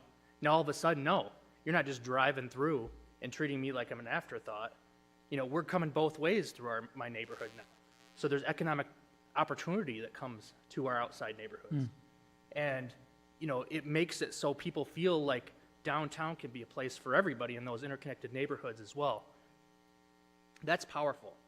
And I keep thinking, like, I hope I can make it long enough to see some of this come together, because this is one of the things that gets me most excited about the work that we're doing, but it's also one of the hardest.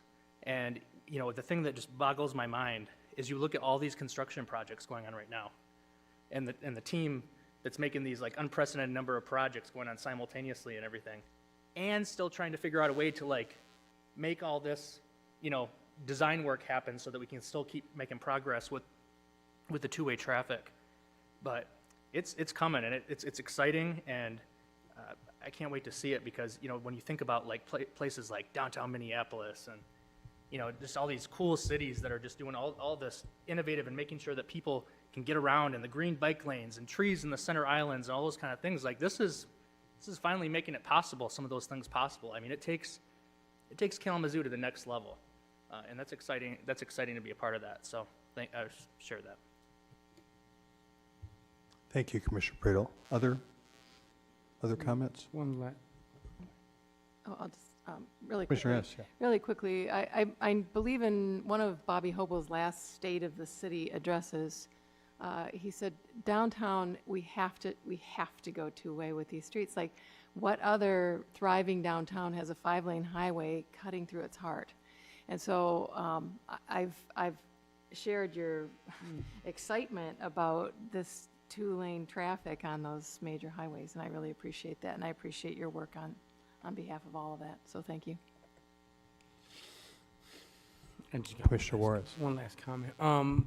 I know sometimes it feels daunting to be standing before the dais and explaining the hard work that you've been doing, and we as commissioners get to look at it and ask the questions. And what I want city staff to know is that we're very thankful of you guys.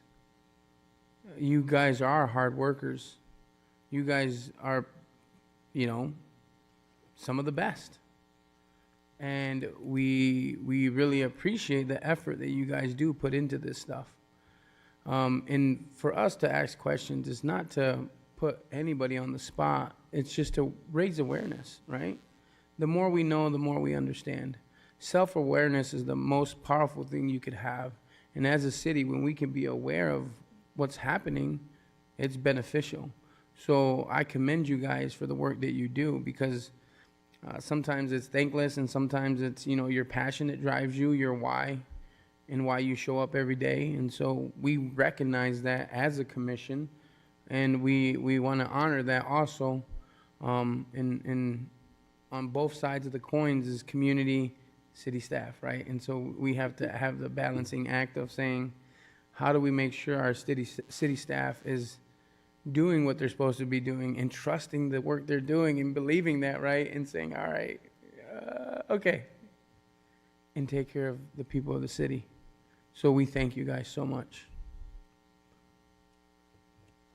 Anyone else? So one thing this illuminates for me, who's had the luxury to be around for a little while, is a couple structural problems. One of those structural problems is just, I think, time drives both of them. So on one side, you, as a city, plan and create a master plan, which has a time frame related to it. And you collect community input on that plan. And we have not had a more robust community input session than what's put IK 2025 together. Very robust. A lot of things come together in that planning. Things are asked for, generally speaking, in those kinds of plans, and those get codified in our plans. And that isn't a plan that just is made tonight and then executed in August, and then we're done, and then we're thinking about it next time. Oftentimes, those are plans that are executed years ago with possibly entirely different commissions and maybe different staff. And you execute those plans, and then what happens? Staff spend time working on that master plan and trying to take those steps to do that. While people sitting in these seats may change, and while other community thoughts may change at the same time. So there's that. Then the other piece of it is that just the sheer time related to any big project, infrastructure. For example, changing streets is huge. And how does that happen? You don't think one day, gosh, it'd be really nice to change the street two-way. Then a month later, it's like, oh, there's a grant, let's get it. Okay, and then the next month you're out there, changing the stoplights and putting in different crosswalks. The whole process is also very time-consuming in that if you got a plan, you have a North Star, which was created by community input, then the steps of completing that for our everyday working team are, okay, what's step one on this plan? Let's spend a lot of time thinking about that. Let's keep checking that with community as we're doing it. Well, step one is making a plan. That's what we're talking about. It's just that engineering design piece, which is just then sets the table for the next step and the next step. So we've got this interesting kind of a structural situation where, the community kind of talked about wanting something, which was a more pedestrian-friendly downtown, a place-making, a place where people get together and feel safe, that's not bisected by traffic, like barriers. And to execute on that plan, one of those very large steps was taking control from MDOT for all these streets that bisected Kalamazoo Park and Westage and Kalamazoo and Stadium Drive and Michigan. They were all MDOT streets that we had no input on whatsoever.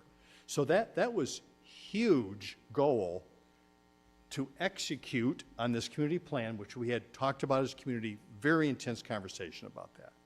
And we have that control, and then we have some other steps coming in front of us here. So things can change, and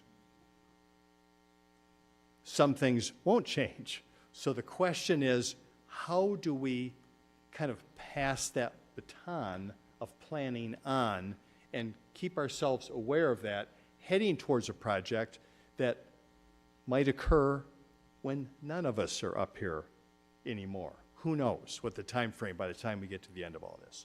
So that is a structural challenge for us of trying to figure out how to be consistent, how to be, forward-thinking, how to really think long-term, and then also how to be responsive in the immediate, in the moment. And that's not, perfect work to do. So here we are now in the grand scheme, making, one investment in one piece of this, and how can all of us feel the context of that and feel like we're honoring the context of that, maybe not having been part of a variety of decisions that led up to this. So here we are now, we have an action to take tonight relative to that longer context, and I don't know if it's helpful for us to talk about it. I mean, more to feel comfortable to vote on this tonight, or any other questions just specific to this, or do we feel like we've had our questions answered? Commissioner Decker. Thank you, Mayor. Yes, I just asked questions because kind of as you just stated, city staff changes, commissioners change, and for new commissioners coming in and not knowing what has been in the works, what has been planned, what has been put in place, or trying to work through before the new commissioners are here, Yeah. that's why we ask questions. That's why I ask questions. Yeah, I've got no because problem with I that. don't know what has been talked about or is in the plans or certain departments are working on before I got here. Yeah. I get a packet that's 1,000 pages saying, let's approve this. I'm like, well, I need to know before I approve anything. So I think that, really having the discussion puts me at ease, puts, I believe, some of my fellow commissioners at ease, puts the community at ease, and also, I appreciate everything you guys do. You guys are doing a great job. You've been working here for longer than I have been working here, so I appreciate that. And I ask questions because I don't understand and I want to know. So I'm asking the questions of the experts. I'm sorry I wasn't able to get, the questions before, but, before, we come to the dais, but, there is a lot, and I definitely do feel that being able to have information given to us regarding projects that are in the works before new commissioners come in, we're able to have that knowledge. And we're also able to educate the community on things that if they're just moving here, they don't know what's going in the works, and all of a sudden we're spending $1 million on, figuring out how to do a road. I'm just trying to make sure that they're informed too. So, if they want to come in here and have a conversation and come and do a public comment, that they know, hey, they're going to hear me and they're going to possibly be asking the same questions that I would answer or that I would ask. So, again, kind of how you said, Mayor, just, letting newcoming commission or just letting newcoming commission definitely know what is in the works, I think is really what I'm kind of hearing here with us asking questions about certain things, that we don't know what's coming down. So if we don't know what's coming down, questions are going to be asked. Sure. And we And- appreciate the staff tremendously. You guys are doing an awesome job. It's just knowledge, educating us. Thank you. Yeah, I appreciate it. Yeah, I 100% support what you had to say, and I think it's just how we negotiated and work our way through these changes. It's our task to do together. Manager Ritzma. Yeah, I appreciate the comments and the discussion, and I think what we need to do is, everything that we do and bring forward is tied to a plan somewhere. There's a whole thing with Imagine Kalamazoo that starts with the vision and then the master plan, and eventually we have 5-year plans for capital improvement, for Parks and Rec, and so we need to bring forward, where is this action grounded in, and making sure that it's the context and everything is clear for this new commission, because I appreciate you all coming in, and a lot of these things were discussed, a year, 2, 3 years ago. So, and so we just, like the mayor said, try to figure out how to bring these things forward so that you're comfortable making your decisions. Yeah, new commission and old commission. All right, so, Commissioners, the requested action is a motion to approve what was item G2, maybe is now H3, the professional service agreement with Whiteman and Associates. Is there a motion? So move. that was a race. Commissioner Juarez, supported by Commissioner Hoffman. Yes, support. Any other discussion? Oops, so let me see. I guess did I roll right past that? Now is the opportunity for anyone in the audience to comment on this item. Please come up to the podium. You'll have 3 minutes. State your name, whether you live in the city. Thank you.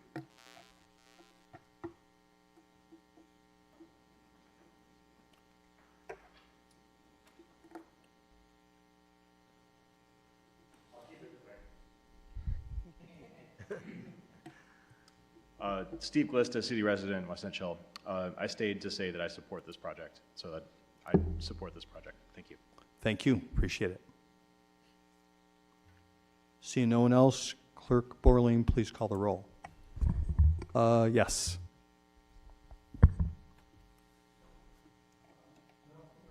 3107 Barber Link, Kalamazoo. Excuse me. I have a kind of specific question in regards to something I thought I heard discussed about Park Street. Is there a plan, because of the new construction on the north side with the plant, is there a plan to redirect 31 traffic to that area first?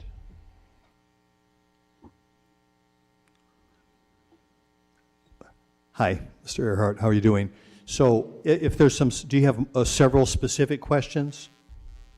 Well, let me say this. 20 years ago almost now, I was involved with some plans for an industrial park on the north side. Where the plan is now, graphic is on that. There was serious undersurface problems with the area and toxic waste and so forth, which was expensive. And then there came up a discussion about Northside employment and Northside businesses. And one of the things that happened was because there was not a junction to that area from I-94, from 131, that it wasn't possible. As a consequence, what we had was the western area right off of 94, I guess it is, that became the industrial park because there was. Adjacent to that, there was a KVCC facility that was right off of the highway. So my first question is there now a plan to divert transportation or a route from the new site to 131? Got 30 seconds. Another question? Well, the other is in regards to the site itself. I was reading the paper today, and it was talk about, and I saw tonight, they talk about the TIF on the north side. And the housing that's been built doesn't make sense if the discussion was talking about, one, doing housing, but two, the other things that are going on the north side in terms of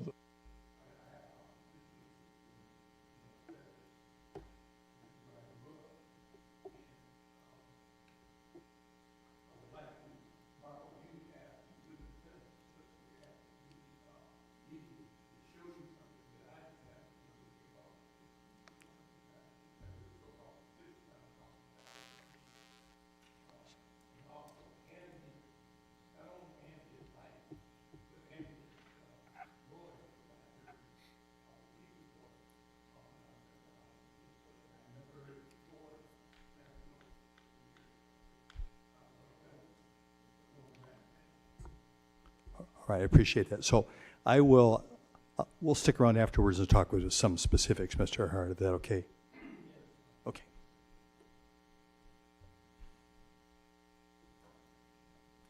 Any other comments on this particular item? See none.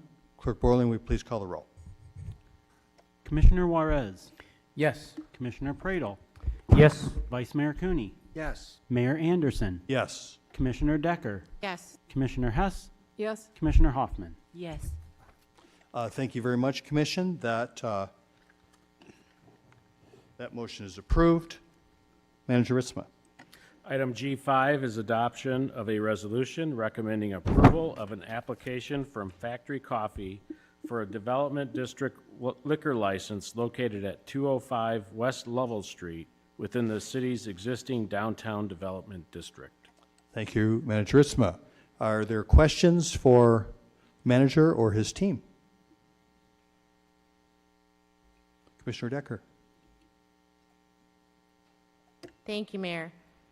So yes, this is in reference to, for in G5, the development of a liquor license for the Factory Coffee located at 205 West Lovell. I just have a few questions regarding this. I guess one of the ones that I have is, what are the restrictions when it talks about it being close to a church? Is there a certain footage where an establishment that sells liquor needs to be? Like, is it 500 feet, 1,000 feet? Your Commissioners, what you're talking about is the legal distance, and the churches are not listed in the legal distance. It's parks and schools. Okay. Churches can contest the distance with the liquor license board, but that's something they have to take up with the liquor license board. It's taken into consideration, but it's not a requirement. Okay. So is there a limit of how many business licenses we get a year to give out? Can we just do as many as we want, or? Yes, what you're talking about in regular liquor licenses, there's so many licenses that are out in the community. In the case of this redevelopment liquor license, it's a special designated liquor license for special districts, which the Downtown Development Authority is a district. And so it is used as an economic development tool, which reduces the amount of, quote unquote, the cost of a liquor license. A regular liquor license can cost between $75,000 and $100,000, depending on where you're trying to, let's say, acquire that for and what for. In the case of this liquor license, is specifically for a restaurant. It's not for like a store or anything. It's for restaurant development and incentive. And so you can pay $20,000 to $25,000 for this type of liquor license. The other key component to this liquor license is that it does not travel, so it's specifically made for that location only. So it can't be moved around in the city. Other places is only for that specific location. Okay. So, in order to have that license, it's a cost of $25,000, correct? Correct. Okay. Is it, I guess, I might have read it incorrectly, is it 25,000 or is it 20,000? Right at this point, it's around 20,000, but it has been in the past 25,000. It varies depending on the, as they say, liquor board and the responsibilities of the jurisdiction. Okay. So is this the first, so it looks like we're looking to, adopt some changes. Is this the first time we've had a business come and request this, or no? No, we have a number of businesses downtown that have. Taken advantage of this? Yes, and this, like I said, it's a tool that we try to promote for, in specifically restaurants that are trying to locate into the downtown area to take advantage of this opportunity. Food Dance, when they took advantage of this also, this liquor license. Okay. Now, I apologize, I don't know what it's called. Is it called the social drinking district, or what is that, where you can walk? Are they part of, is that? Yeah, that's. Because they're across the street, so they would not be part of that, correct? No, that the social distance is pretty much what was approved by the commission on where you can drink openly in a certain area and have a specific name on a cup that you can transport, quote unquote, those quote unquote liquor components in that social district area. Okay. And that And has, they are not in the social district area, correct? they're in a different area, the social district area is the area that you designated already, which was downtown. I did not know that off the top of my head. Okay. I'm sorry to say. Oh, no, that's fine. Okay, those are all the questions that I have on that, I believe. If not, I'll circle back. Thank you. No problem. Commissioner Hoffman. Thank you. And so this is a question that you may not know, Director Mitchell, but my question was, has any outreach been done by the business to the church? And I wish that individual were present. So that was one question. Oh, okay.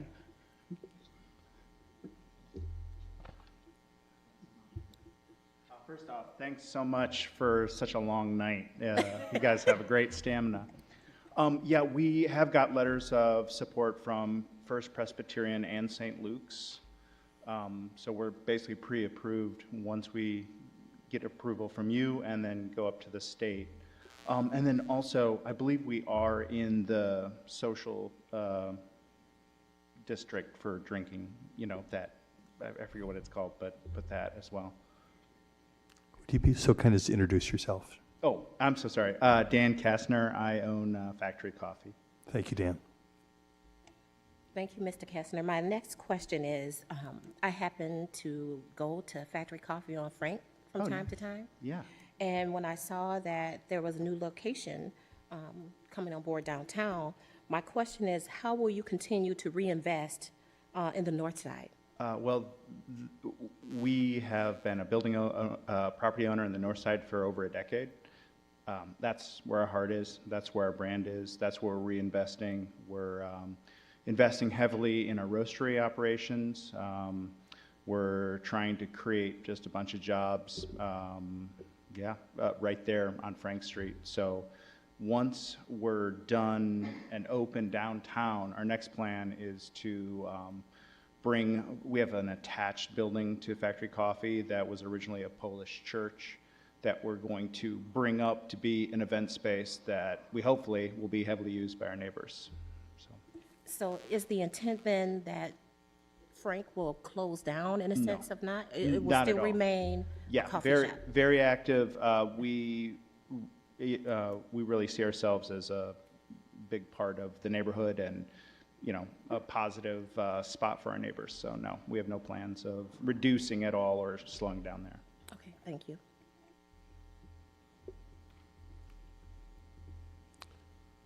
Other questions, commissioners? Commissioner Decker. Thank you, Mayor. Thank you, Dan, for being here. So kind of going off of what Commissioner Hoffman said, you plan on making, and what you said too, you plan on making that an event center place? Yeah, well, you know, it's basically, it's not a very big spot, but it's basically, if you imagine a big one-room church. So we have to bring it up to code. We're going to move our roasting out to one end of it, but then have it just be like, you know, it's basically a hall that people can rent, or we currently let people use Factory Coffee if it's a nonprofit or a community. It's no charge for events. We have outdoor seating too, so people utilize that. And upstairs is pretty much an open floor that we also open up to nonprofits and groups that if they're not making money off the use of the space per se, then we typically don't charge. Okay, and if I'm correct, and correct me if I'm wrong, the one on Frank Street is not in the DDA district, correct? We're not, no. Yeah, okay. No, we're not. So with that being said, do you think that you would ever apply, or will you apply for a liquor license at that facility, or will it just be at this one here? You know, I don't know. I guess it depends on, you know, how the hall is utilized. Like, I could see where, and we've talked about it, you know, whether or not we would, if it's like utilized for weddings or stuff like that, that'd be nice to have. And then also, right to the north of us is the Gibson Guitar Factory, and we'll end up being in the same parking lot as them. So, you know, I don't know. It's a possibility. I won't say no, but it's not our focus right now. So I was doing some driving around today, just kind of looking at different properties that we had that were on our agenda today. And I see that you guys are still in the process of putting everything together. When do you think that's going to be open? Or do you think in a month, 6 months, a year? You know, it has been a long journey. COVID has been pretty challenging for schedules and like equipment and all that. So we're right now hoping mid-June, end of June, somewhere in there. That's our optimistic opening date. Okay. And if I saw correctly in your license too, that this is not just going to be a coffee shop, it's going to be a restaurant. Is that correct? Yeah, we're basically describing it as more like a European style cafe. So the focus is coffee, like that's the core business. But we're also going to have pretty limited but tight like cocktail menu and beer and wine. So in the evening, like you can get a coffee or some sort of spirit, and then in the morning we're going to have bagels and like breakfast sandwiches specifically, and then brunches on the weekend. And then around 5 or 6 at night, shift into like kind of more of a evening vibe. So I guess I need to verify what the classification of a restaurant is. Because you say it's going to be more, you're focusing more on coffee, correct? Well, yeah, but we will have a full kitchen, and we'll be baking scratch bagels and making sandwiches, and then we'll have entrees and appetizers at night. Okay, But that's what the I guess- vibe was, I- right? I guess our focus is we're a coffee company, but this is kind of a new thing for us. But yeah, food is definitely part of the program.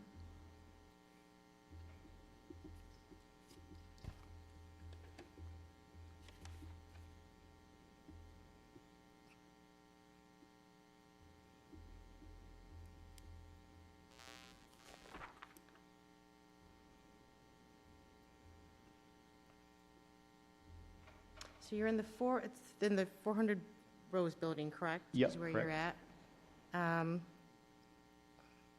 So this wasn't a new construction for you, correct? The building was already there, you're just coming in and doing the construction on the inside of the building, correct? Yeah, the building's fairly new, and so there's no existing construction in the corner that we're taking in, so everything's from scratch in there. So like the plumbing, the electrical, all that stuff. So do you have a lease there, or is this, how long We is your do lease? we do have a lease. Yeah, How long is your lease? 10 years. 10 years? Okay. How much do you think you've put into this so far? I mean that's hard. It's hard to quantify. I mean, we have a lot of investment in. 300, 500? No. I mean, altogether the projects around there, I think. But So 500,000 going into you doing your build out of that particular space about, or? yeah, I think that's a fair estimate. Yeah, all in the whole project.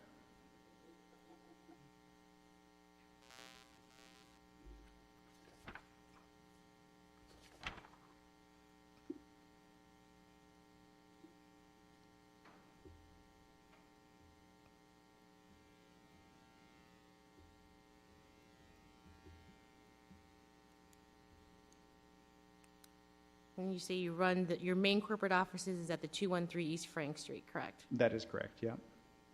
So in 213 East Frank Street is, okay, so. All right.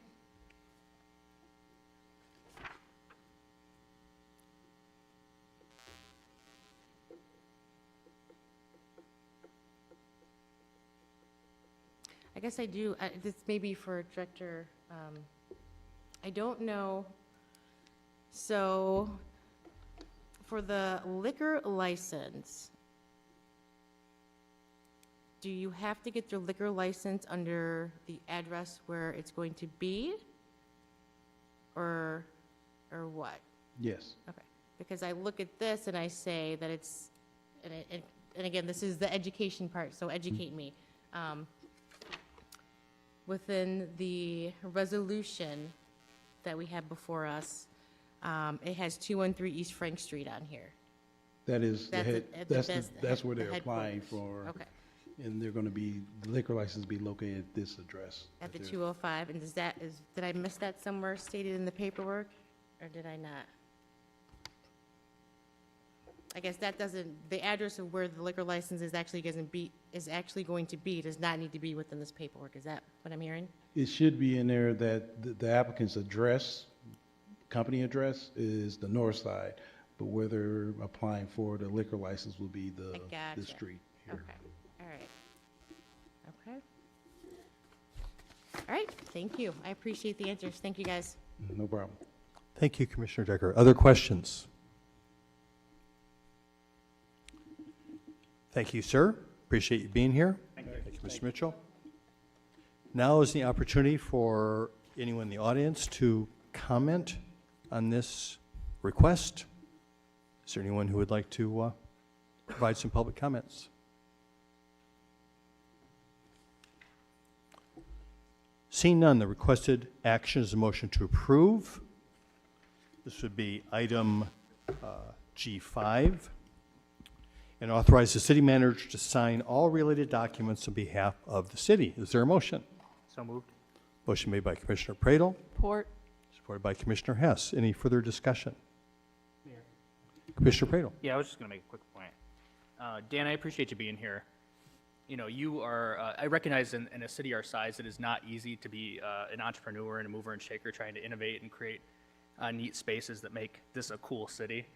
And you continue to do it, you know, Frank Street, People's Food Co-op, and now on Rose Street. And I'm excited to see that location come into line. If any of you know the Kastner name, there's Dan's partner, Emmy, is author of the Nerdy Babies series. If you've not seen these, I have 3 small children, but they're pretty cool. And I mean, they're in like the Smithsonian gift shop, all right? So again, taking Kalamazoo to like the next level of cool. And I believe you both were pretty instrumental to founding Read Write Kalamazoo as well. So the Kastner family has been working hard for a long time to do really cool, innovative things in the community. So I appreciate your drive and your spirit to make all those things happen. So, Thank you, Commissioner Pradel. Any other discussion?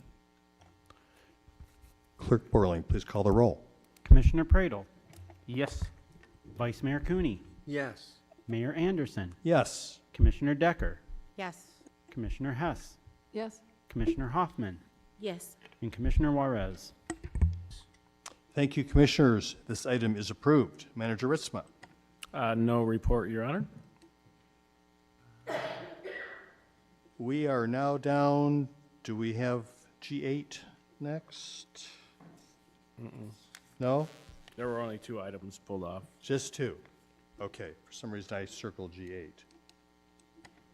Point of information, somebody did request to have 8. Someone did request, the audience, He asked to know more about it. He didn't request to put it on the regular agenda. He didn't make the comment about putting it on the regular, but nonetheless. okay. Oh, we So- didn't vote on it on the consent We agenda. did not vote on So, it there you go. because I did not list it in the There you items under have the it. consent agenda. You got it. Okay, you want me to read it? Yes, please. Authorization for city manager to execute an access agreement with Bronson Methodist Hospital for the property at 1107 South Burdick Street. Thank you, Manager Ritzma. Any questions for staff on that? Any comments from the audience on that? May I have a motion? So move. Motion made by, Second. no long list of questions on this one? All right. Clerk Borling, please call the roll. Vice Mayor Cooney, Yes. Mayor Anderson, Yes. Commissioner Decker, Yes. Commissioner Hess, Yes. Commissioner Hoffman, Yes. Commissioner Juarez, Yes. Commissioner Pradel. Yes. Thank you, Commissioners. This item is approved. Now, we are at the time on our agenda for Commissioner comments. Commissioner Decker. Thank you, Mayor. I wasn't quite ready. I just want to say that I appreciate everything that the city staff does. And again, it's not, I don't ask questions I ask questions to be informed, and I ask questions to be educated, and also to educate the city and the community. I did want to bring to light, I gotta find it here, just a minute.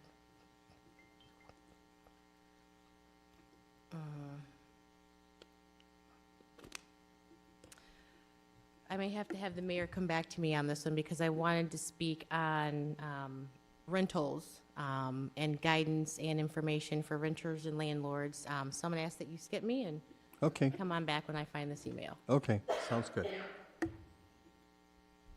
Commissioner Juarez? Yeah. I'm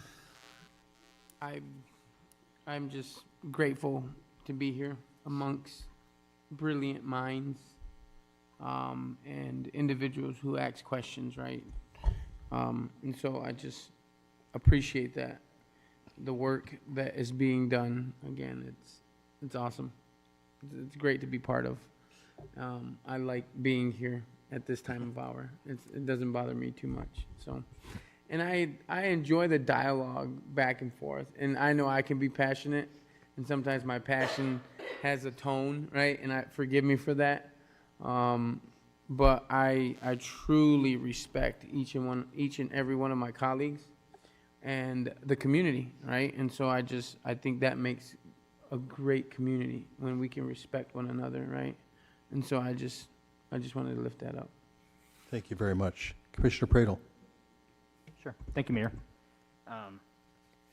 Sometimes when I need some mindless laughter, I'll probably partake in it tonight. I watch a show called Parks and Rec, and there's this local government nerd character. Her name is Leslie Knope, and one of her more famous quotes from the show is that when people yell at me, I hear people carrying loudly, and I always just keep that mind frame. Sometimes if you see me kind of chuckle, I'm probably thinking of that quote. But when I think of the people who are on city staff, and they all seem to be like Leslie Knope type people. I see Director Baker back there, or Antonio Mitchell. These people, I really genuinely think that they hear people carrying loudly. You can tell that they love their job, and they know that this is just part of the process. And sometimes it feels like you take a step back, 10 steps back and 1 step forward.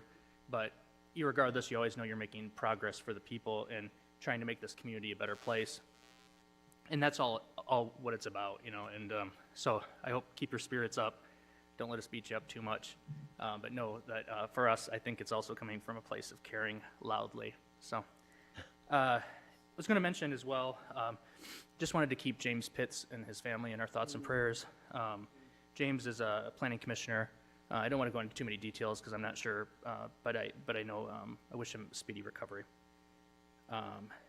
and the heaviness of that as well. I also wanted to just take a moment. Hopefully, if people kind of followed me in the 2.5 years that I've done this work, I'm not afraid of self-deprecation, getting on us, getting on city staff about things when I feel things are wrong. I do believe that there are moments when, as a leader, sometimes we need to call out the public as well when they're out of line, when the public has done something wrong. It came to my attention that there was really thought hard about how to bring this up in a way that's productive. There was a officer recently who was having lunch with his wife and young daughter, or a young child, I believe it was young daughter. And coming out of the location from lunch, somebody came up to the individual with a megaphone, started screaming really disparaging things to the officer in front of his family, caused his spouse and his kid to cry. There are people who believe that the police should be defunded. There's people who will shout from the two rooftops that men and women who wear public safety uniform are heroes. I am a believer in that. These men and women work their tails off for this community, and just like all of us that I call out, including myself, we're not perfect people and we're bound to get things wrong, but there is a line to cross. And as a father of 3 young kids myself, I can't imagine being in that place of little people who are watching. And I think if there's any indication of the quality of men and women who represent this city in uniform, as a whole, there are bound to be people who, need reminders about things or whatnot. But if you want a taste or a flavor of the people who wear that badge in our community, the fact that a person came up and did that in front of a person's family, and the fact that they still responded with dignity and respect, and knowing the people that I know who responded a dime to any of these calls, I would reckon that even if that person who did that to their family was in distress or needed help, that the people would serve that individual just as well as they would serve any other person in this community. That's the standard and the bar that we set here as a community and what we expect of our officers. And, irregardless of how you feel on the issue or issues of the time, there's a line where we just need to remember the humanity in each other, and that matters for something. I just wanted to make sure to lift that up and just let, I don't know the officer's name. I don't know the spouse or the child, but I do really hope if the spouse or the child is watching this, I hope that you know that we are extremely proud of your parent and the work that they do. And, we are going to continue to improve and make ourselves better on all fronts, including public safety. But we're going to do it with dignity and respect on all angles. So it's going to leave it at that. Thank you. Thank you, Commissioner Pradel. Are you ready, Commissioner Decker? You want to be last? What? You want to be last? Okay. Commissioner Hoffman? Thank you. So it was a very long evening. I was hoping we would be out of here by 8:30, and then I had a lot to say, so I apologize. One thing, I wanted to just lift up Park Street Market. Kier came in to speak about the business district on the north side. That is a grocery store who cares deeply for our community. They donate, they give to our local nonprofits, they give to local initiatives that are happening. And so I just wanted to give a shout out to Park Street Market, their entire staff, and Kier and his family for being here in our community and keep doing the good work. And I also want to speak about the homelessness that's happening within our community. So what we're going through right now is not just Kalamazoo. We have a regional homeless issue where people are coming to Kalamazoo from other counties to get services. What we are being known as in the housing sector is homeless friendly, right? And so I just want to lift that up. It's not just our residents, and I will always say residents because our undocumented brothers and sisters within the county are paying to be here. So when people talk about citizenship, I would prefer to change that where we talk about our residents. So I wanted to put that out there. We have a homeless issue within the region. And so when we see an influx of people coming in, keep that in mind. This is not something that is relegated and just right here in Kalamazoo. And we are continuously working to improve our systems and our policies and to address the issues that we have. We all understand that we have to have a multifaceted housing strategy to really, really put a foothold into this. I also want to lift up that Kalamazoo Gospel Ministries did a wonderful renovation and in addition, so there are always beds available. There are nights where they have more than enough beds available for families, and I know people will say, well, they treated me like this, I don't feel comfortable there. Yet, there are beds available, there's safety there. For the most part. And I do understand that some systems and organizations that the head may have an idea of what's going on and have a vision, but when you're on third shift, working with a group of individuals that are in crisis and who have experienced trauma, it gets difficult sometimes. So I just wanted to lift that up. We have an issue, but we also have shelter beds that are not being utilized within our county. And then lastly, I just really, really wanted to speak up for Gwendolyn Hooker and Hope Through Navigation. In that situation, she came in and talked about, I am not one of those individuals who believe in defunding the police. And I also understand that there are people out here who have ill will and who are on power trips. And so we need to address that. What happened to her and her staff person or family member is unacceptable. And we need to do something about that and not just hear what she had to say and there's no more discussion. So I hope that we can have some kind of communication on who that was, and the fact that there's no police report, it was left with a warning, that's disturbing to me. That tells my heart that something sinister may have been going on. And so I just want to say to Gwendolyn and her family member and team, like, we're going to continue to stay on top of this. That should not have happened. She's one of our staunchest leaders within this community, and she fights hard for the people she serves. Sometimes, you know, we don't always agree, and we know that her heart is in the right place and for this community. So thank you for that, and I appreciate being up here with you too, Commissioner Juarez, and all of you, so thank you. Thank you, Commissioner Hoffman. Commissioner Hess. Indeed. Oh, my goodness. So tonight, it was a very complex agenda, a great meeting, and appreciate the discussion, the education. This is an education community, after all. And gratitude to all the city staff who work on bringing us all of these issues, all of the information, and work on it on a daily basis for all the cities, for all the residents of Kalamazoo. So thank you. And congratulations, Antonio, for your promotion. I want to echo the mayor's comments at the beginning of the meeting for the victims in the shooting in Buffalo. It's our heavy hearts in there, but for the grace of God go we, you know? We have to be diligent in creating a loving, caring community who takes care of one another and works on all of these issues. I wanted to say a few words about the farmers market. Talked about it before doing the opening on May 7th at the last meeting.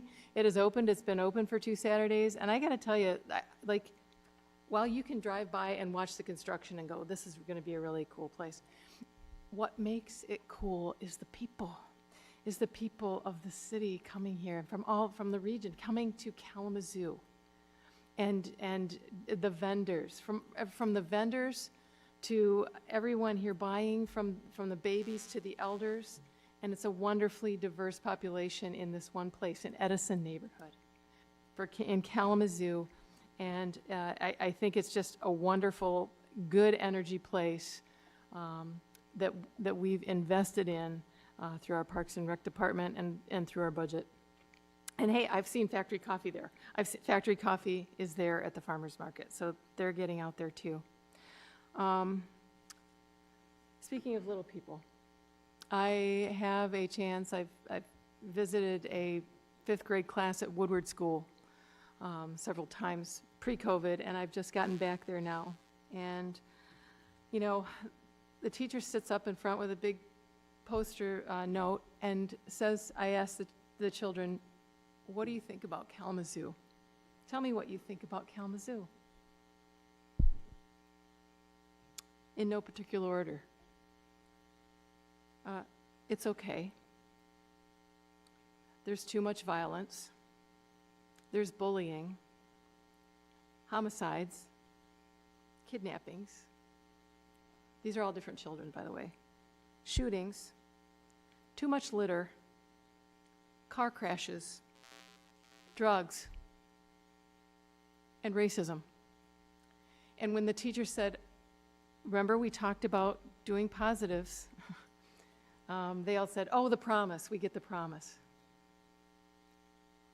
Well, I want these children to get the promise and to receive the education that will help them mitigate all of the issues that they have brought forward to us. But these are small ears, and they hear, and why are they bringing these to us? In 5th grade, I didn't know what a homicide was. So, like, these children are being affected by our actions. They hear our actions, and hopefully our actions and our discussion here this evening have elevated everyone to a higher place as a citizen, as a commissioner. So we have addressed so many of these things. We talked about traffic. We talked about traffic calming. Let's reduce the car crashes. You know, we've talked about drugs and violence here tonight. We're going to be talking about sustainability. pick up your litter. It's really kind of an easy thing, but let us all remember how much our behaviors affect not only the adults around us, but the little ones. And let us continue to respect all of the humanity of this town. Thank you. Thank you, Commissioner Hess. Vice Mayor Cooney. Mayor, I just wanted to echo the mayor and Commissioner Hess's comments about Buffalo. And on Sunday, there was also a mass shooting in a South Korean church in Los Angeles. And a short time ago, there was a mass shooting of Hispanics. And it makes me think about what Dr. King said one time, that we must learn to live together as brothers and sisters, or we will perish together as fools. And we're going a long way toward perishing as fools. But if we really want to live as brothers and sisters, we got to care about each other. So we have to listen to the people and I know people do up here.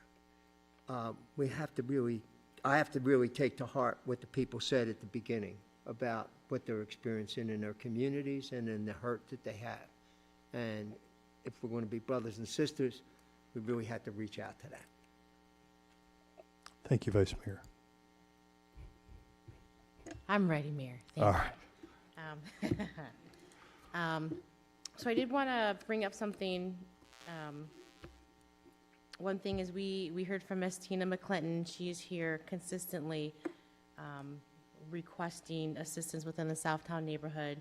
I know that now, and hopefully everyone else knows too, that we have a neighborhood activator, so I would love to get her in touch with Ms. McClinton, and they can start to talk about things regarding the Southtown neighborhood.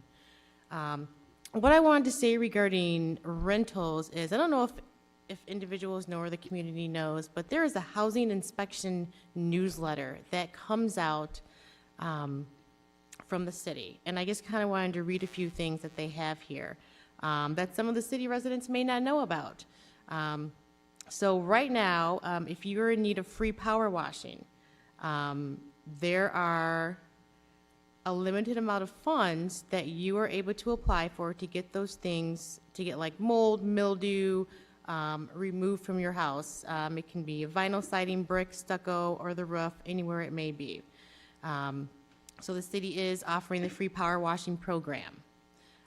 Also, something else that I wanted to talk about regarding that I saw within the newsletter was, it's called Rentable. And this is a new pilot program to help landlords and tenants within Kalamazoo County. It's easy to sign up for.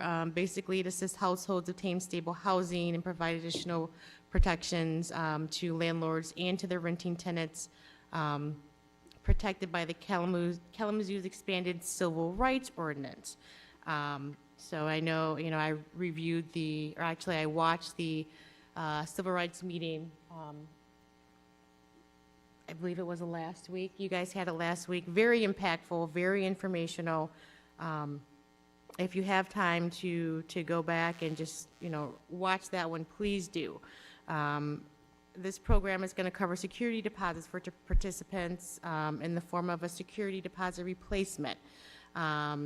It gives full security deposit plus an additional $1,000 of coverage. I would definitely urge the community to go and take a look at this housing inspection newsletter. It's issue number 32, spring 2022. I believe you can find that on the city's website. And if you go down, and I believe it's on their rental page, I believe. Hopefully, maybe I can maybe we can get that out in the communication or something somewhere. That's where it's easily accessible. It did take me a minute to find it, but I found it. They have some of the qualifications in here. For a tenant to qualify for the rentable program, they must reside or be seeking housing in the Kalamazoo County area. They must be willing to open a banking account and must be 18 years of older. The potential tenant must also show proof of income that is between 65% and 120% of the area median income. And finally, participants must have at least one of the following barriers to secure housing: prior eviction or adverse action, previous incarceration or arrest record, victim of domestic violence, non-traditional source of income, governmental assistance or other, a poor credit history, or prior bankruptcy. I urge our residents to go take a look at this, see if you're able to get some help. Contact name, Pamela Dixon, Rentable Program Associate. It also has her number on here and her email, but I will not read that off. Just know that there's assistance out there. I know we're lacking for housings, but as Commissioner Hoffman says, it's coming, it's on the works. Hopefully, we can get maybe an update on the HRI pods at the next meeting and kind of see where those are, or not the HRI pods, but just the pods themselves.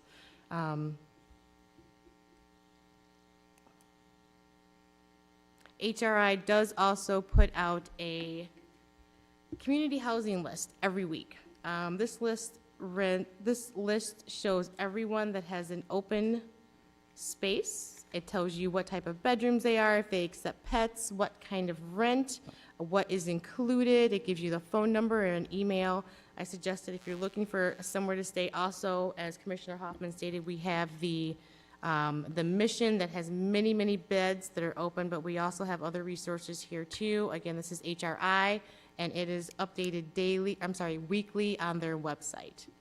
I just wanted to give a little bit of information regarding rentals for renters and landlords, just because I've run into a lot of conversation. I've had a lot of individuals reaching out regarding some of the discrimination that they have been facing when it comes to getting a place to stay.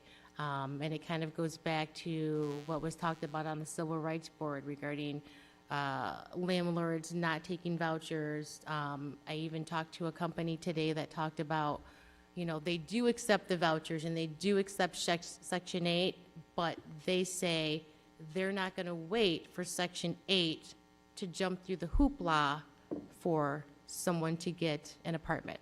I just feel that there's more things that we can be doing as a city to hold landlords accountable for some of the houses and some of the rentals that they own. So I just kind of wanted to talk about that a little bit, and I feel like pretty soon there could be some changes coming up. I don't know what yet. Definitely going to talk with my commissioners, with the city staff, and see what we can do to really, make sure some of this housing that is being purchased by individuals that do not live within the state of Michigan and do not live within the city of Kalamazoo, that are buying up rentals, renting them out, not taking care of them while our citizens are struggling. So thank you so much. You guys have a good night. Thank you, Commissioner Decker. Appreciate everyone. I love you. Kalamazoo, we are adjourned.